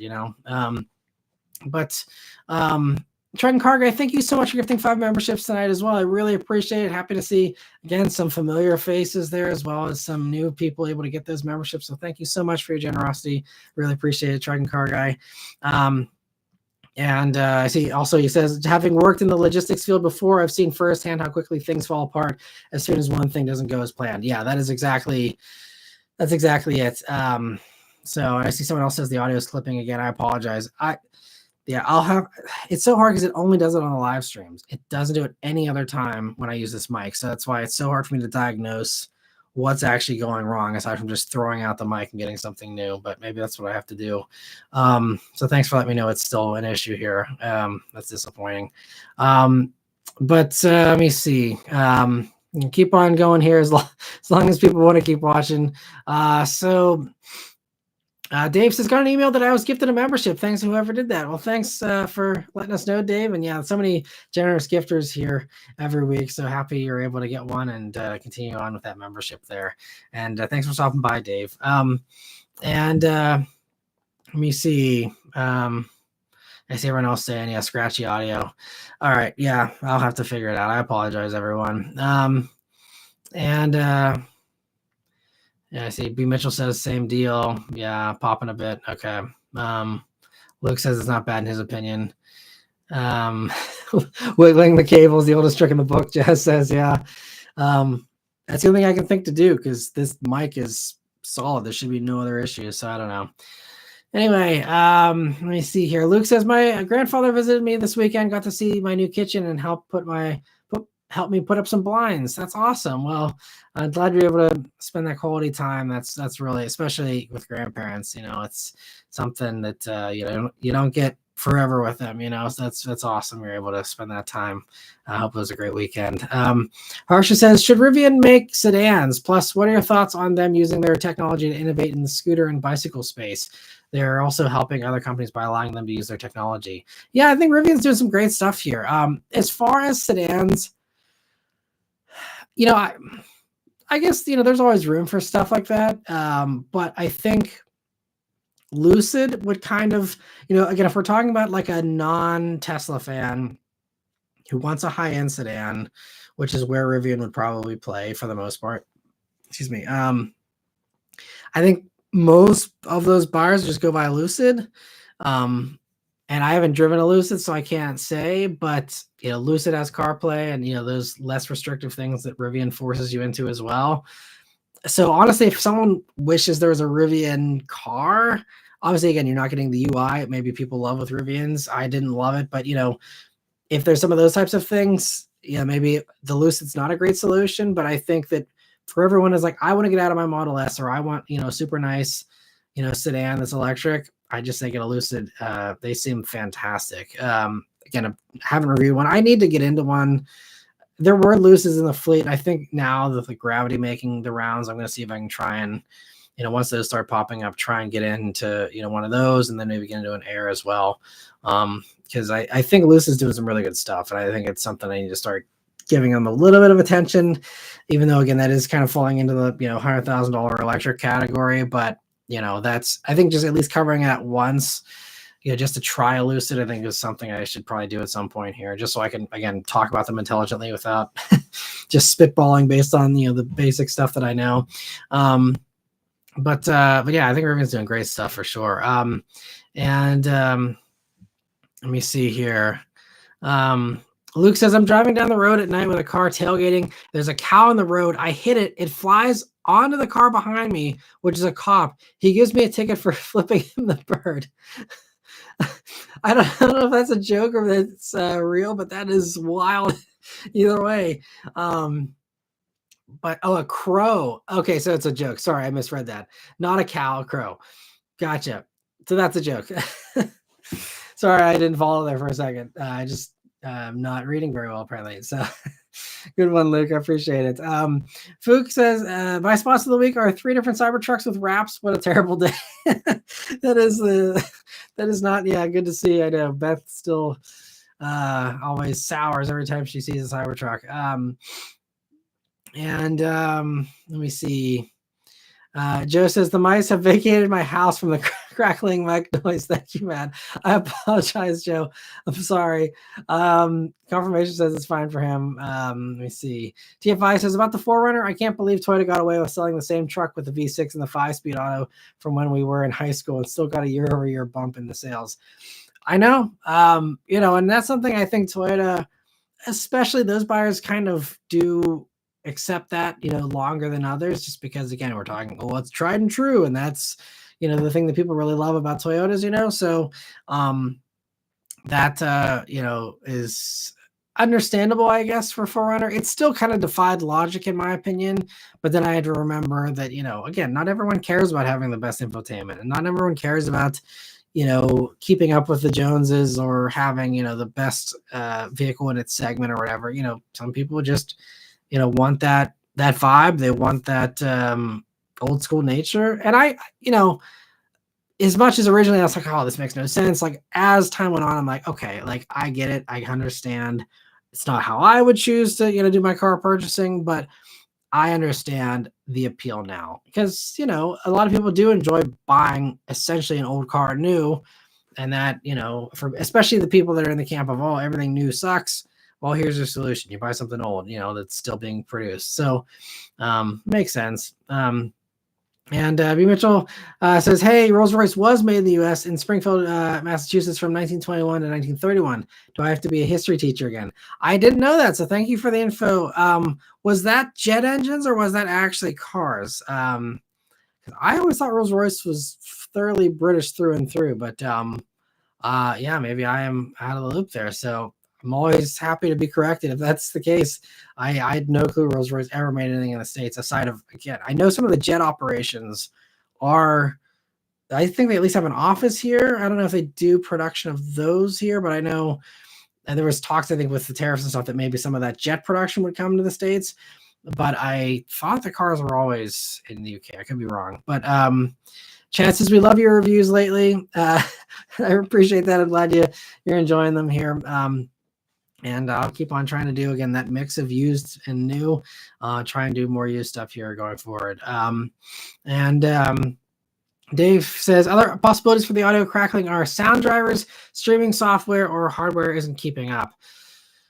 Yeah, and that's why it might be a YouTube thing, because, again, I think the mic is solid. And part of me wonders, so, I mean, I just use the built-in YouTube thing, which is a browser-based stream thing. And I know a lot of other people use actual streaming encoders.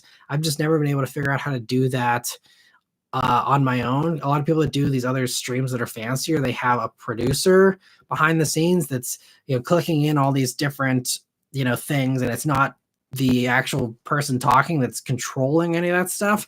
And I'm a one-man crew here. So, that's kind of been my limitation, but I need to find, I think there are some where I can at least have a more stable stream, because it very well might just be YouTube. I doubt it's my laptop. I mean, I have an M1 Mac, not super new, but it should be able to keep up with streaming okay.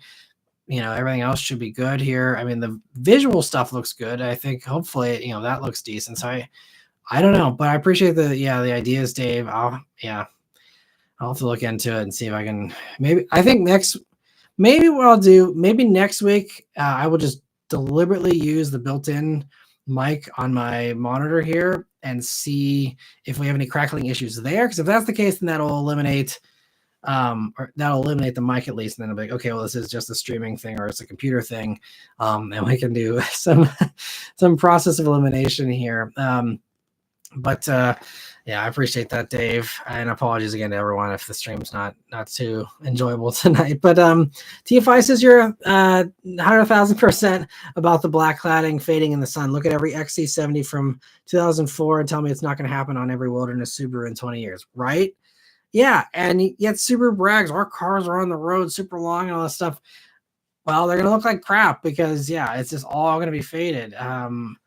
Especially if you are in the wilderness and you are in these places where you can go on these adventures, and it's not just sitting in a garage in some suburban place, but you're actually, using it and beating on it. Like, they're just, I know.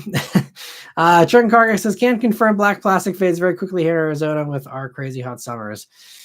Yeah, especially, the desert places like that. I don't see how that would ever be a good idea. I know paint fades too, but at least I feel like you get a little bit more forgiveness there. You can always repaint versus that plastic. You got to just replace the whole piece. Maybe that's cheaper than repainting. I don't know, but I doubt it. But anyway, Harsha says, what Subaru could do is make the BRZ similar to a 22B. The 22B is a two-door, plus they can put the WRX motor into the new car. If they decide to do this, hopefully they don't put cladding on the BRZ. That's an interesting idea. I hadn't thought about just morphing BRZ into two-door WRX. I mean, I wouldn't be super mad about that, honestly, especially since everyone has been begging for turbo and all-wheel drive since the original came out in 2012. So, okay, yeah, actually, that's a very fun idea. That has never crossed my mind. I dig that. That'd be cool. I mean, very hard to sell coupes, but they've justified it this long with the BRZ, and again, they could probably do that on their own without too much investment. Then again, we could have a WRX wagon that literally is for sale in Mexico, and we don't have that for some reason. So, even that is lower hanging fruit, and we can't even get that. So, yeah, I still think that's probably a bridge too far for Subaru, sadly, but absolutely makes sense. And I don't think that would be a heavy lift for them if they did decide to deploy some more logical thinking to the lineup there. I mean, it's hard to sell two doors. So, I mean, I understand no one selling two doors, but that'd be nice. And I don't think it'd be that hard to make. But anyway, let me see. Dave says, my dealer has two Challengers. Which would you pick? A 2023 almost new manual Scat Pack wide body or a 2015 manual Hellcat with 30,000 miles and 20 grand less? I'd go Hellcat because that's a huge discount. And 30,000 miles isn't really bad. I mean, that might be a car that maybe won't last 200,000 miles. Might not have a super long life. I don't know. I should know, but I don't know how well those motors have held up to high mileage. Maybe someone else can weigh in. I don't know how much you plan on driving it either, but especially $20,000 less, as long as it's been like well maintained and you're talking like a nice Hellcat. Oh yeah, 2015 manual Hellcat, 30,000 miles. That would be the move for 20 grand less. Just in my opinion, for supercharger wine alone, supercharger wine is worth the price of admission there just for that alone. It's just so much fun. And let me see here. I am still skipping the non-member questions for now, but I think we're getting caught up here. So hopefully I'll get back to some of these non-member questions here soon. But let me see. TFI says, I used to drop off and pick up cars for film studios when I worked for Enterprise. That's cool. I love it when they have a car for me to pick up, swapping cars at a hotel. Yeah, definitely makes everything easier for everyone. So, yeah. And FC suggesting updating drivers for the mic and sound card. I don't think there's any of that to do with Max. I could be wrong. I haven't seen any way to do that, but maybe I'll try and look into that as well.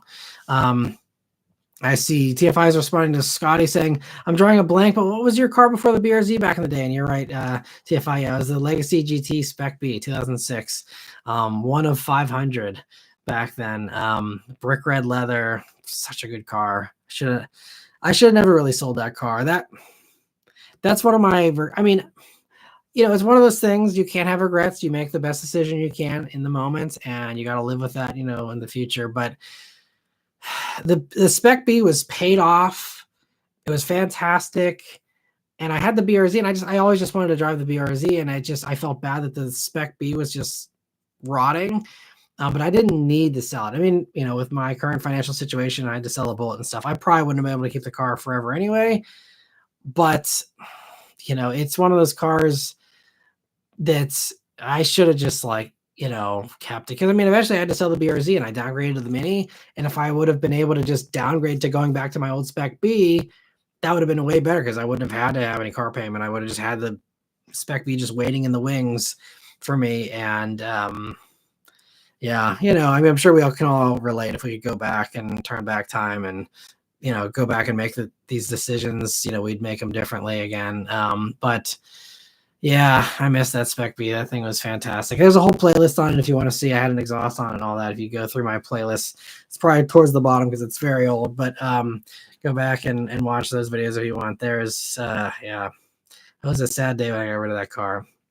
And sadly, I've lost track of that one because I had So the guy that bought it off of me, he put a bigger turbo on it. He had some fun with it for a few years. Then he sold it to a girl in Florida who actually treated it really well. She did some cool stuff to it. She put some coilovers on it, put a Nardi steering wheel on it, one of the wood rimmed kind of wheels, deleted the airbag. And I think she also had to do a bunch of stuff. I think she said at that point that either the turbo was giving issues. I think she had to do some other like pretty extensive things to it, because again, you start modding those EJ motors and it's just, it's not going to be super reliable. And so I know it was like it for a while it was off the road, but I think she got it fixed up and it was back to running shape. And then I reached out to her a couple of years ago and said, hey, like I'm doing another video on my follow up on my personal cars, which I've done in the past. Of like I ran a Carfax on all my old cars, and you can go watch those if you want. But I just followed up and she's like, I don't know what happened to it. She ended up losing the car. She in some kind of relationship breakup or something. I'm not sure how that happened, but she doesn't have it anymore, and it went completely dark. And I think I tried to run the Carfax. I don't think I even saw I don't think there's an update on the Carfax. It's been a couple of years since I've done that. I should probably rerun it and see if I can figure out at least that it's still on the road. Would be nice to know. But yeah, it's the one that got away. But I had 5 good years with it. It was a really good car. Yeah, I see everyone's talking about the audio still. I apologize. TFI says we got to hook Matt up with an Xbox 360 microphone. If it can survive 9-year-olds hurling racial slurs, it can survive a YouTube live stream. Yeah, I know there's all those things. People have like the fancy headsets and stuff. Maybe that's a better way to do it. And I know a lot of people, these streamers, the popular thing is to have like the microphone displayed. So even though this one I neatly have off camera here, maybe having something like right in my mouth so it looks like I'm more official or something. Maybe that'll help me to seem like a more legit streamer or something. I don't know. But I'll have to look into it here this week. And Vishal says thoughts on K4 hatch compared to Civic hatch. We'll just eyeballing it at the show. Civic hatch is still going to be a little bit bigger, I think. I mean, they're both good cars. I think I do like the way that Civic drives better than K4. So, if you don't mind that the Civic has smaller screens and less tech, I'd probably still go Civic, but I'm excited to try out the K4 hatch here when they come. And it's just, again, another option. And I think also a very important other option, because basically like right now, if you want a compact hatch like that, and you're not buying luxury and going up to the Integra or something else, you have Civic hatch, and then you have Corolla hatch, and I don't think there's anything else unless there's something I'm forgetting. Nissan doesn't do it for the Sentra or anything.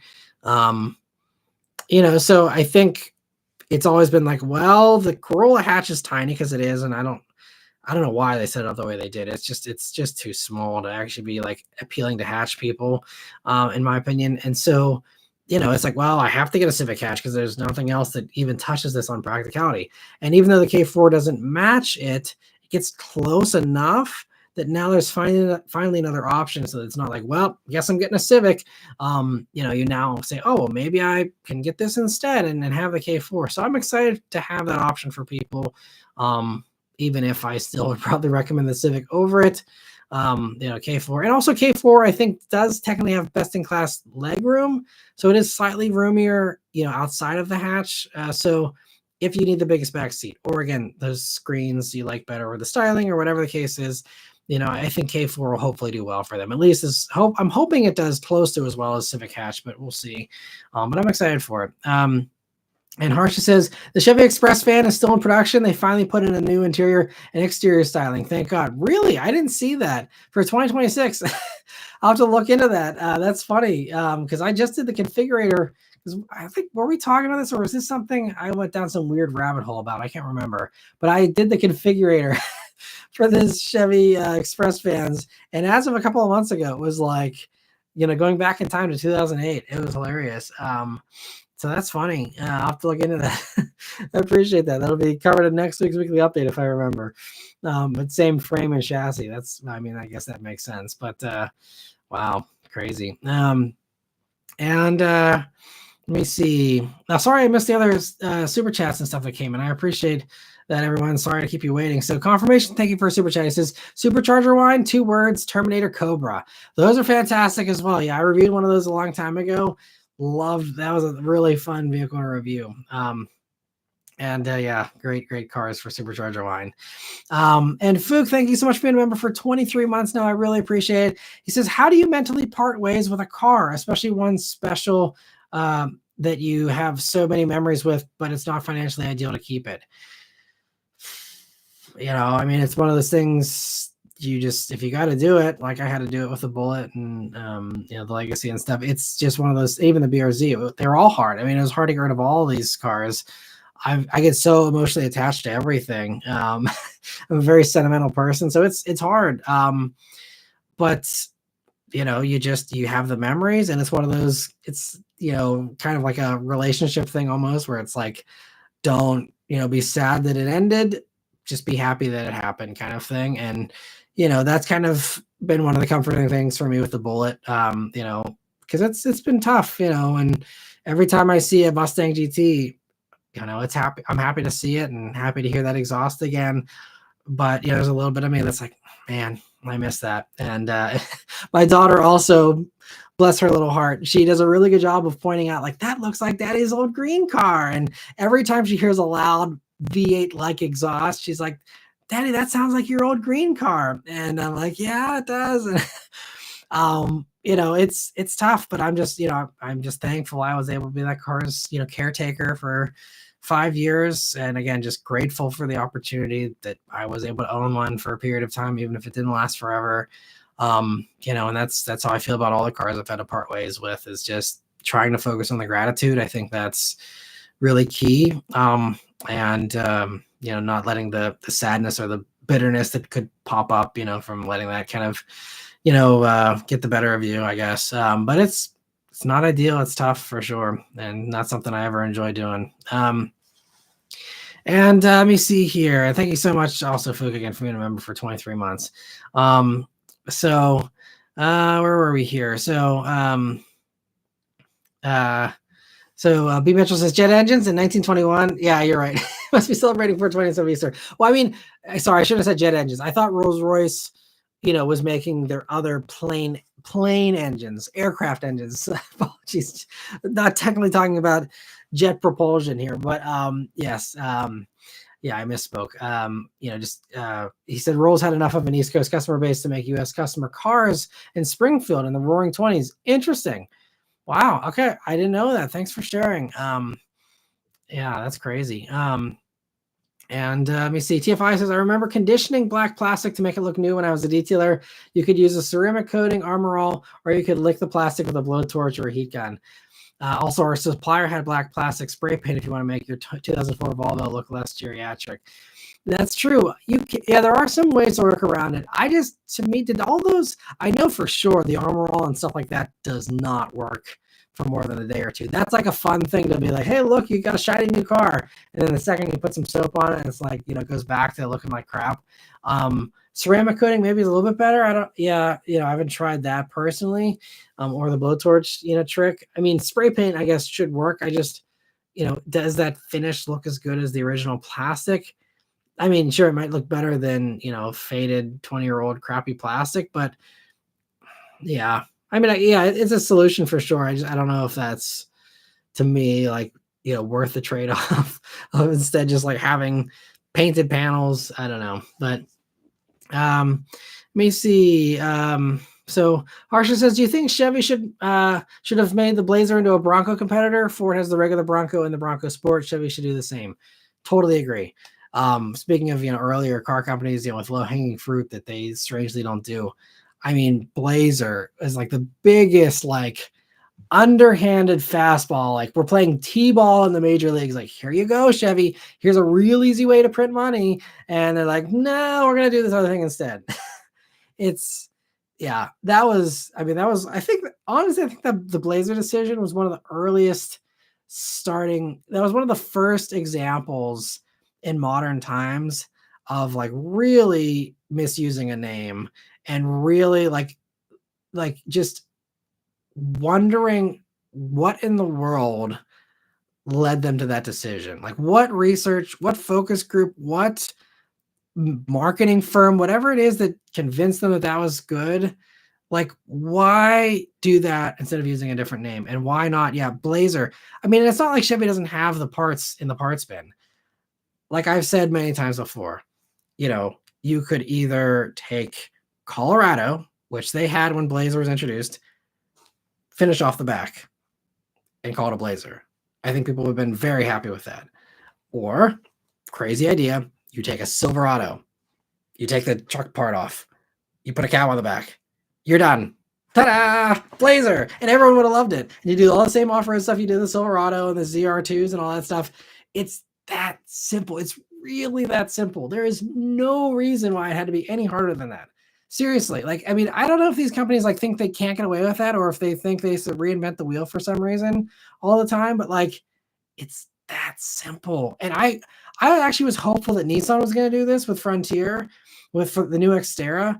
I'm like, do not overcomplicate Xterra. They said in their interviews with their executives, like, we want it to be a true truck. We want to have it be, rugged, blah, blah, blah. People like Frontier. They have a cult following. It's got, a V6 in it when everyone else is going Turbo 4. It's old school with the feel. It's old school with the buttons and all this stuff. Like, people like that. Like, the Frontier sells very well. Don't ruin a good thing by doing some weird new thing for Xterra. You take your Frontier that everyone already likes, you get rid of the truck bed. You put a cab on the back. You give it a little tailgate. You're done. Like, and especially for a cash strap company like Nissan, like, you need to take those easy wins. And I just hope it boggles my mind. It really is just like an absolute. Sorry to rant, but yes, Blazer should absolutely have been a Bronco competitor. And I mean, I guess you could argue if it's a Silverado-based thing or a Colorado-based thing, it wouldn't quite be a Bronco competitor. But I mean, Bronco and Ranger share platforms, so it's not like you need to, again, do any crazy extra work. And I think Ford kind of finally figured that out with Bronco. It doesn't look like it's a Ranger with a cap on the back of it. They did more and made it more legit. But I don't even think they needed to go that far because Ford sells in other parts of the world the Everest, which is a Ranger with a cab on the back. And people love it in Australia and other parts of Europe and stuff. It sells great. And that's another one that, I mean, again, giving Ford a little bit of credit, but then coming back, being like, why do we not have the Everest here? Especially in this truck loving market, like, what is the problem here? Like, I need to like write down all my grievances for the next Festivus or something and like have these at the ready for the next time I'm on these media programs and be like, why can someone please tell me why we don't have a Blazer that's just a Silverado? Like, why do we not have this? Why do we not have a Ford Everest? I will actually be on a Ford program in the fairly near future.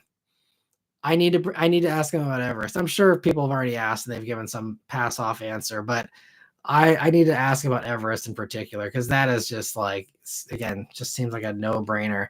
But anyway, yeah, appreciate all the support there and all the agreement, I'm assuming, on that. But yeah, it's bizarre. And sorry, I missed the other super chats here that came in.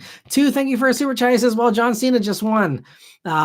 Sorry for the spoiler. I guess there was a wrestling match going on or whatever. Completely out of the loop on that. So maybe that also explains the lower attendance tonight here. But thanks for letting us know too. And thanks for stopping by.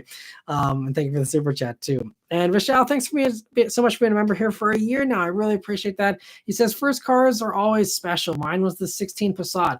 Learned to drive in it, passed my road test, drove it in high school, college, first job, the memories.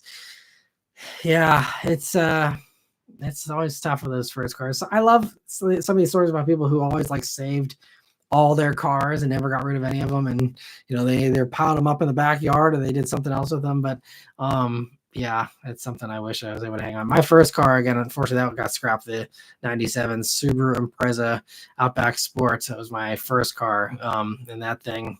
If it had a manual, I probably would have kept it a lot longer, but it was an automatic, that 4-speed from Subaru. Just not a lot of fun to drive. But it was a good little car, though. And let me see here.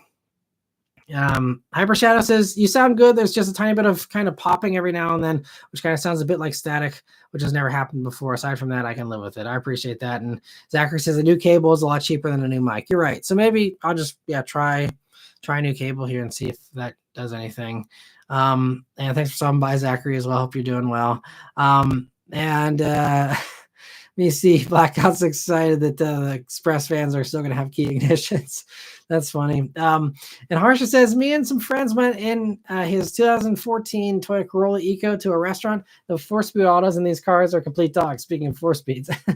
Yeah, that's funny. But it's, again, people forget how recently it was. People dealt with way less power, way less performance, way less creature comforts. And this is why, with this standard equipment bloat that we have these days, with everything having a zillion features on the base model and stuff, it's like it's gotten overkill. And it's like we wonder why cars are too expensive. It's like because you're jam packing them with all this stuff when people were perfectly happy. And many people are still driving 2014 Corollas with a 4-speed automatic, not complaining, and they're living their lives just fine with something like that. And the fact that companies feel like they need to pack all this crap in and do these innovations and do 10-speed automatics and all this stuff, it's just like, it's kind of crazy. And Trenton Car Guy says, I've driven new Versas with twist key ignitions. I didn't even have remote lock or unlock.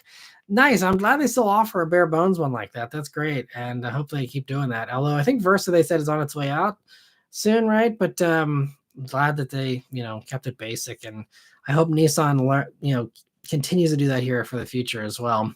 And Wheatman says Turtle makes a great graphene acrylic plastic trim restorer I've used on my X5 and it does a good job. Nice. So does that actually Turtle Wax, does that actually hold up over time, and does it actually continue to look good? Because if so, that's great to hear.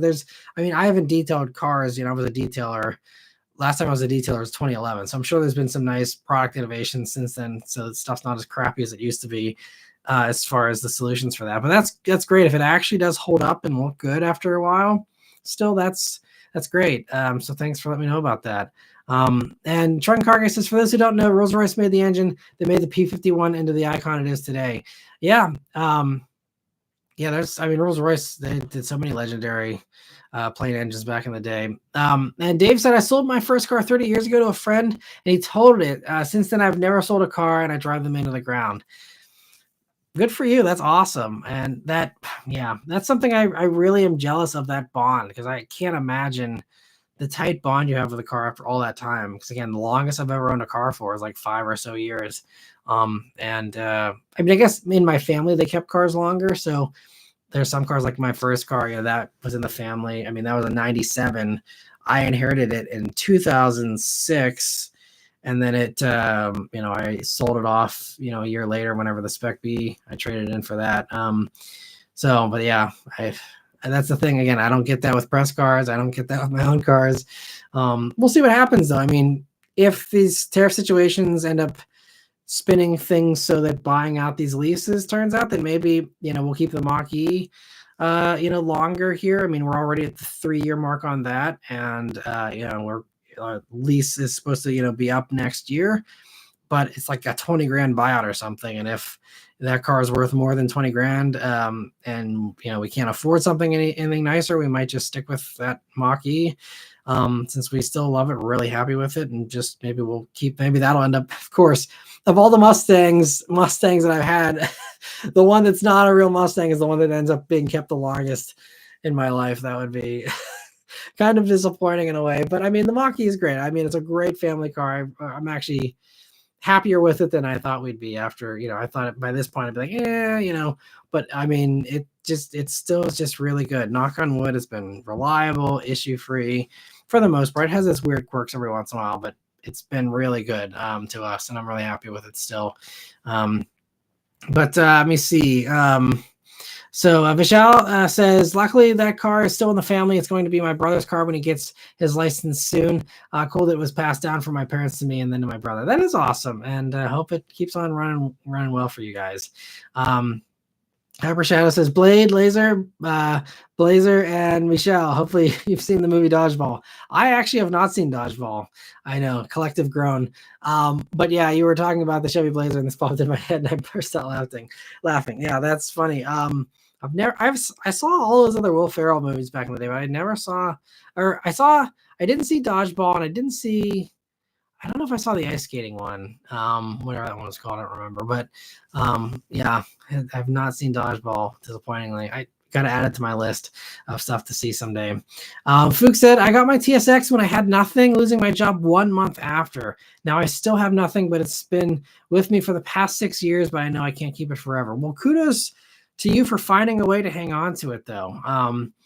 I don't know if you paid cash for it or if you're able to just work out the payments and keep on going there. But yeah, that's awesome. And yeah, kudos to you for being able to hang on to it. It's just, again, something I unfortunately just couldn't find a way to keep the Bullet to, keep the other cars back in the day. It just, something I've always kind of had my back up against the wall and had to cave. But two, thank you so much for another super chat. He says, a Chevy Blazer is what you get with Snoop in an SS. By the way, happy 422. He says, by the way, that was probably the product meeting. Dude, what if we put a shell on a truck, dude? What if we troll them and just badge engineer a CV, dude? Right. Yeah. I don't know. I mean, Blazer did okay sales wise for them. But there's no reason that couldn't have sold well with anything else. Pick any other name, any other alphabet soup, letter, and number combo you want to do. I think it would have sold just as fine as it did the Blazer, maybe even better. Yeah, or call it, again, like we said with earlier, Blazer Sport or something, and then have the real Blazer, like we're talking about with Bronco. Yeah, just bizarre. But anyway, thank you too for a super chat. I really appreciate it. Hope you're doing well. And let me see here. Jonathan also says, "Hey man, I got a GR Corolla over the FL5 Type R, and I love it. So good. I'm glad you enjoy it. Thanks so much for commenting and validating my constant cheerleadering and insanity as far as my love of the GR Corolla. But I'm glad you love it as well, and I'm glad. Hopefully, it treats you well. I hope you have a long, happy life with it there.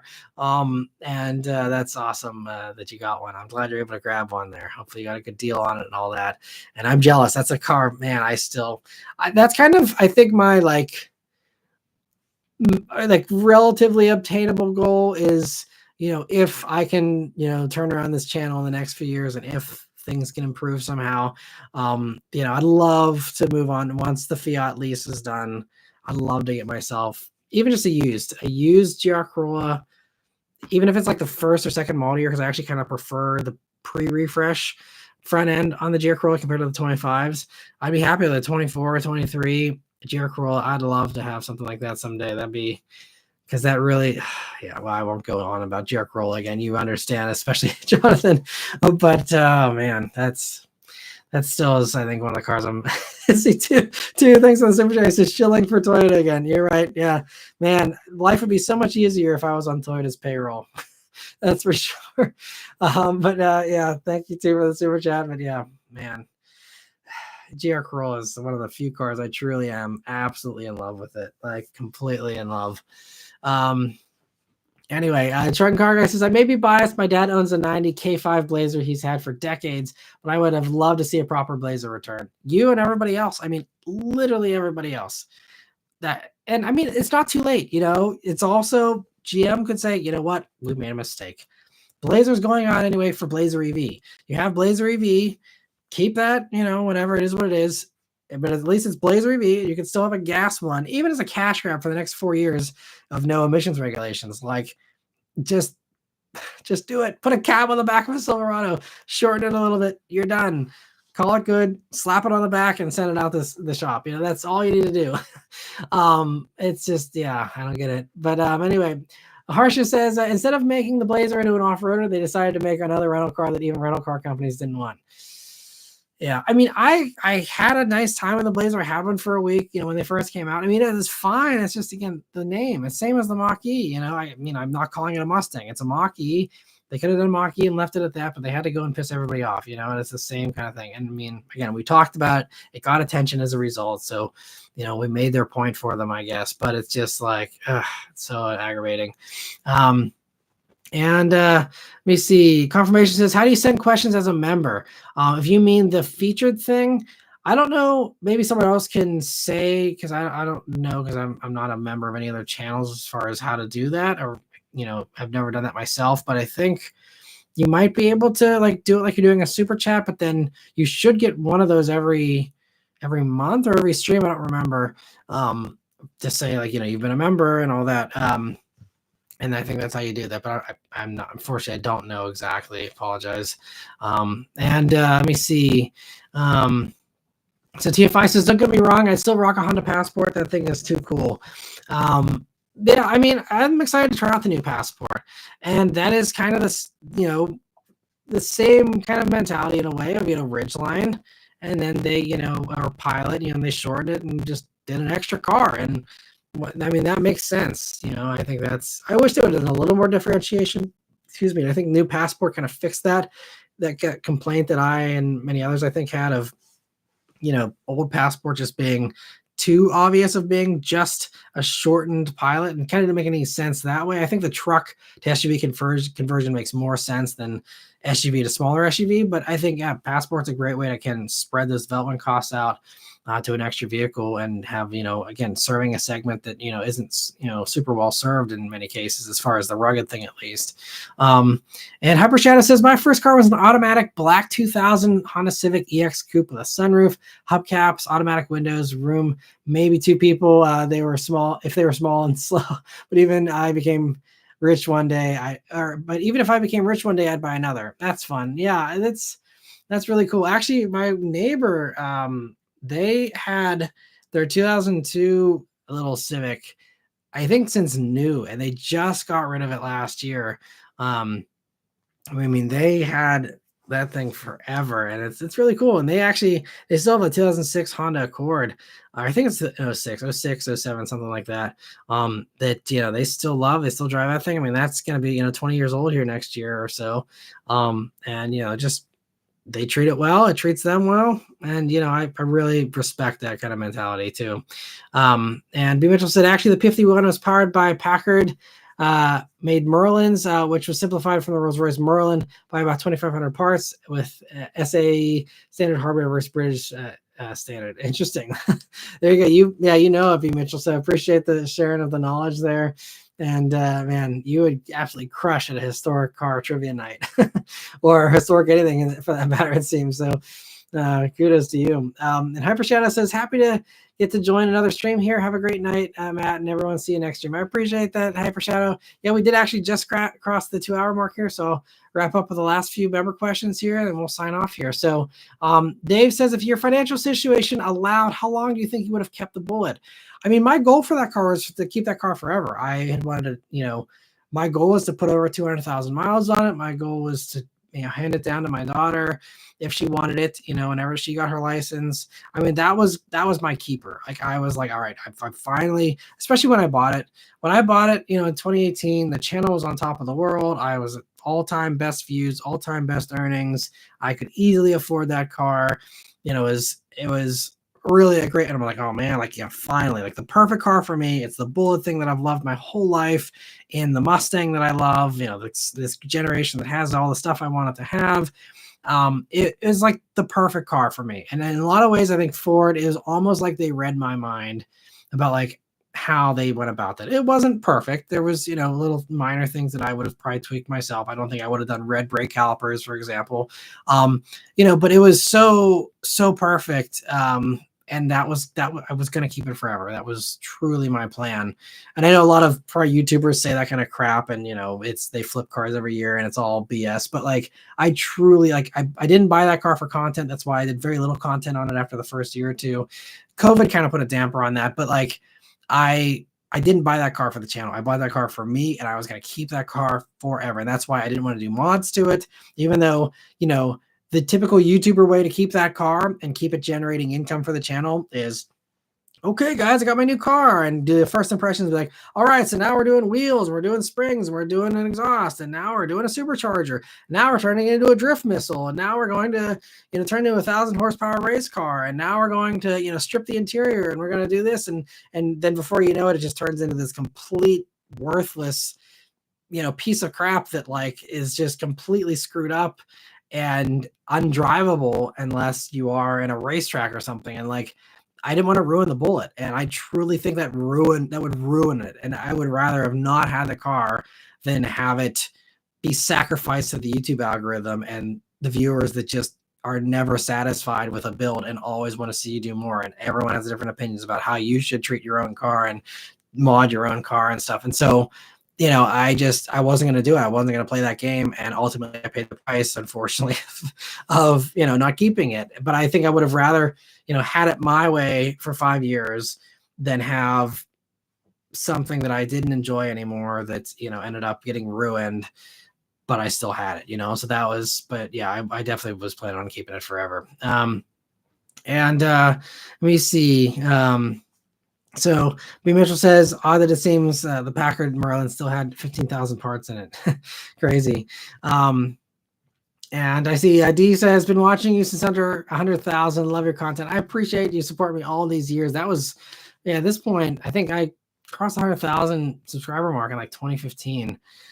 So like basically 10 years. I really appreciate that. That means so much. And I hear that so much from so many people. And I don't know if that's the case for many other channels. Maybe it is, but I feel like, the amount of you that I think we've all kind of grown up together, regardless of what your age is, we've all kind of, witnessed all the crazy cars of the past 10 or more years here and kind of been on this journey together. And I think we really, again, these live streams, who else does 2-hour live streams every week?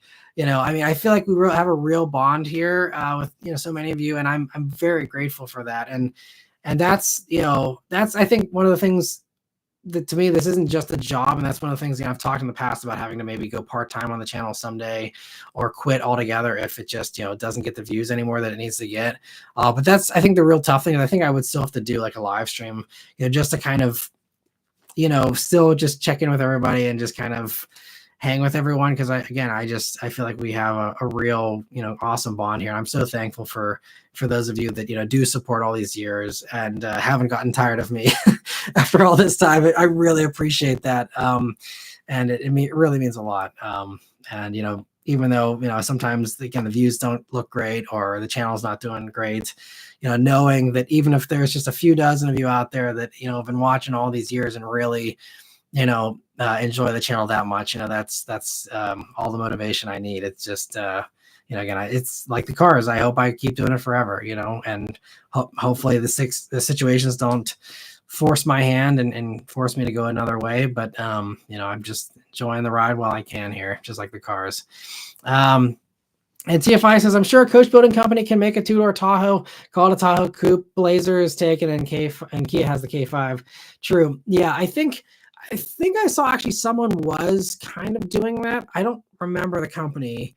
And I'm sure there's been renders and stuff as well, but I thought there was someone actually doing that. I mean, it's so easy. I mean, if I had the money and the time to do like random side companies or whatever, like I would be like, give me all your trucks that you want to turn into SUVs and I'll do it, since none of these companies want to do it. And try and find a way to, churn those things out as best I could, to, make a decent profit on that. But I don't have the first step to how to actually do that. But it seems so easy. I don't know why no one else has done it, but yeah. Anyway, let me see. Vishal says things about once a month for the member chat thing there to have your featured thing. So thank you for that, Vishal. And Harsha says Honda comparing the new Passport to the 4Runner is very ambitious. 4Runner people probably get offended seeing the Passport. Did Honda actually compare it to the 4Runner? I know they've kind of said there's cross shopping, which I don't disagree with. There probably is some cross shopping for people who don't, appreciate everything that 4Runner actually does that's unique, compared to Passport. But yeah, I haven't off-roaded Passport and 4Runner back to back to say definitively, but we're talking a truck platform versus, a unibody platform and stuff. There's just some more limitations there. So, Honda's, they do some really good stuff, but yeah, I don't think it's going to hold a candle to 4Runner. I jumped the 4Runner.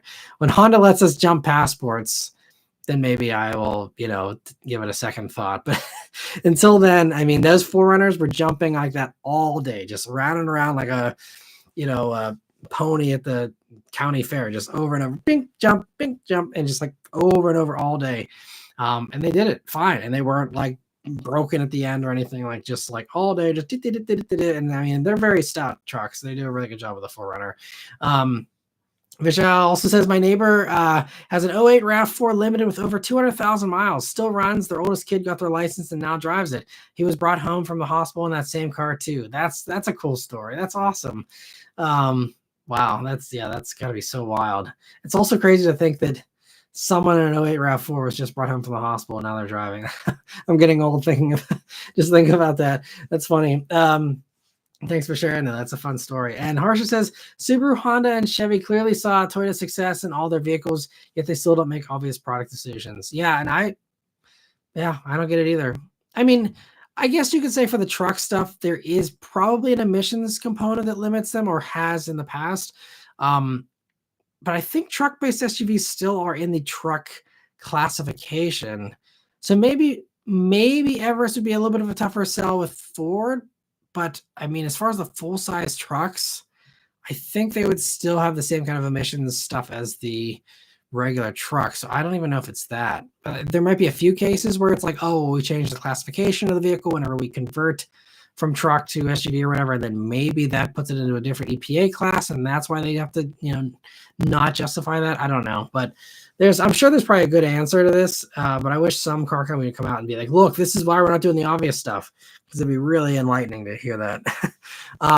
But let me see. TFI says Tahoe ZL1 1LE BLT 401k Sport. As far as the names here for the new one.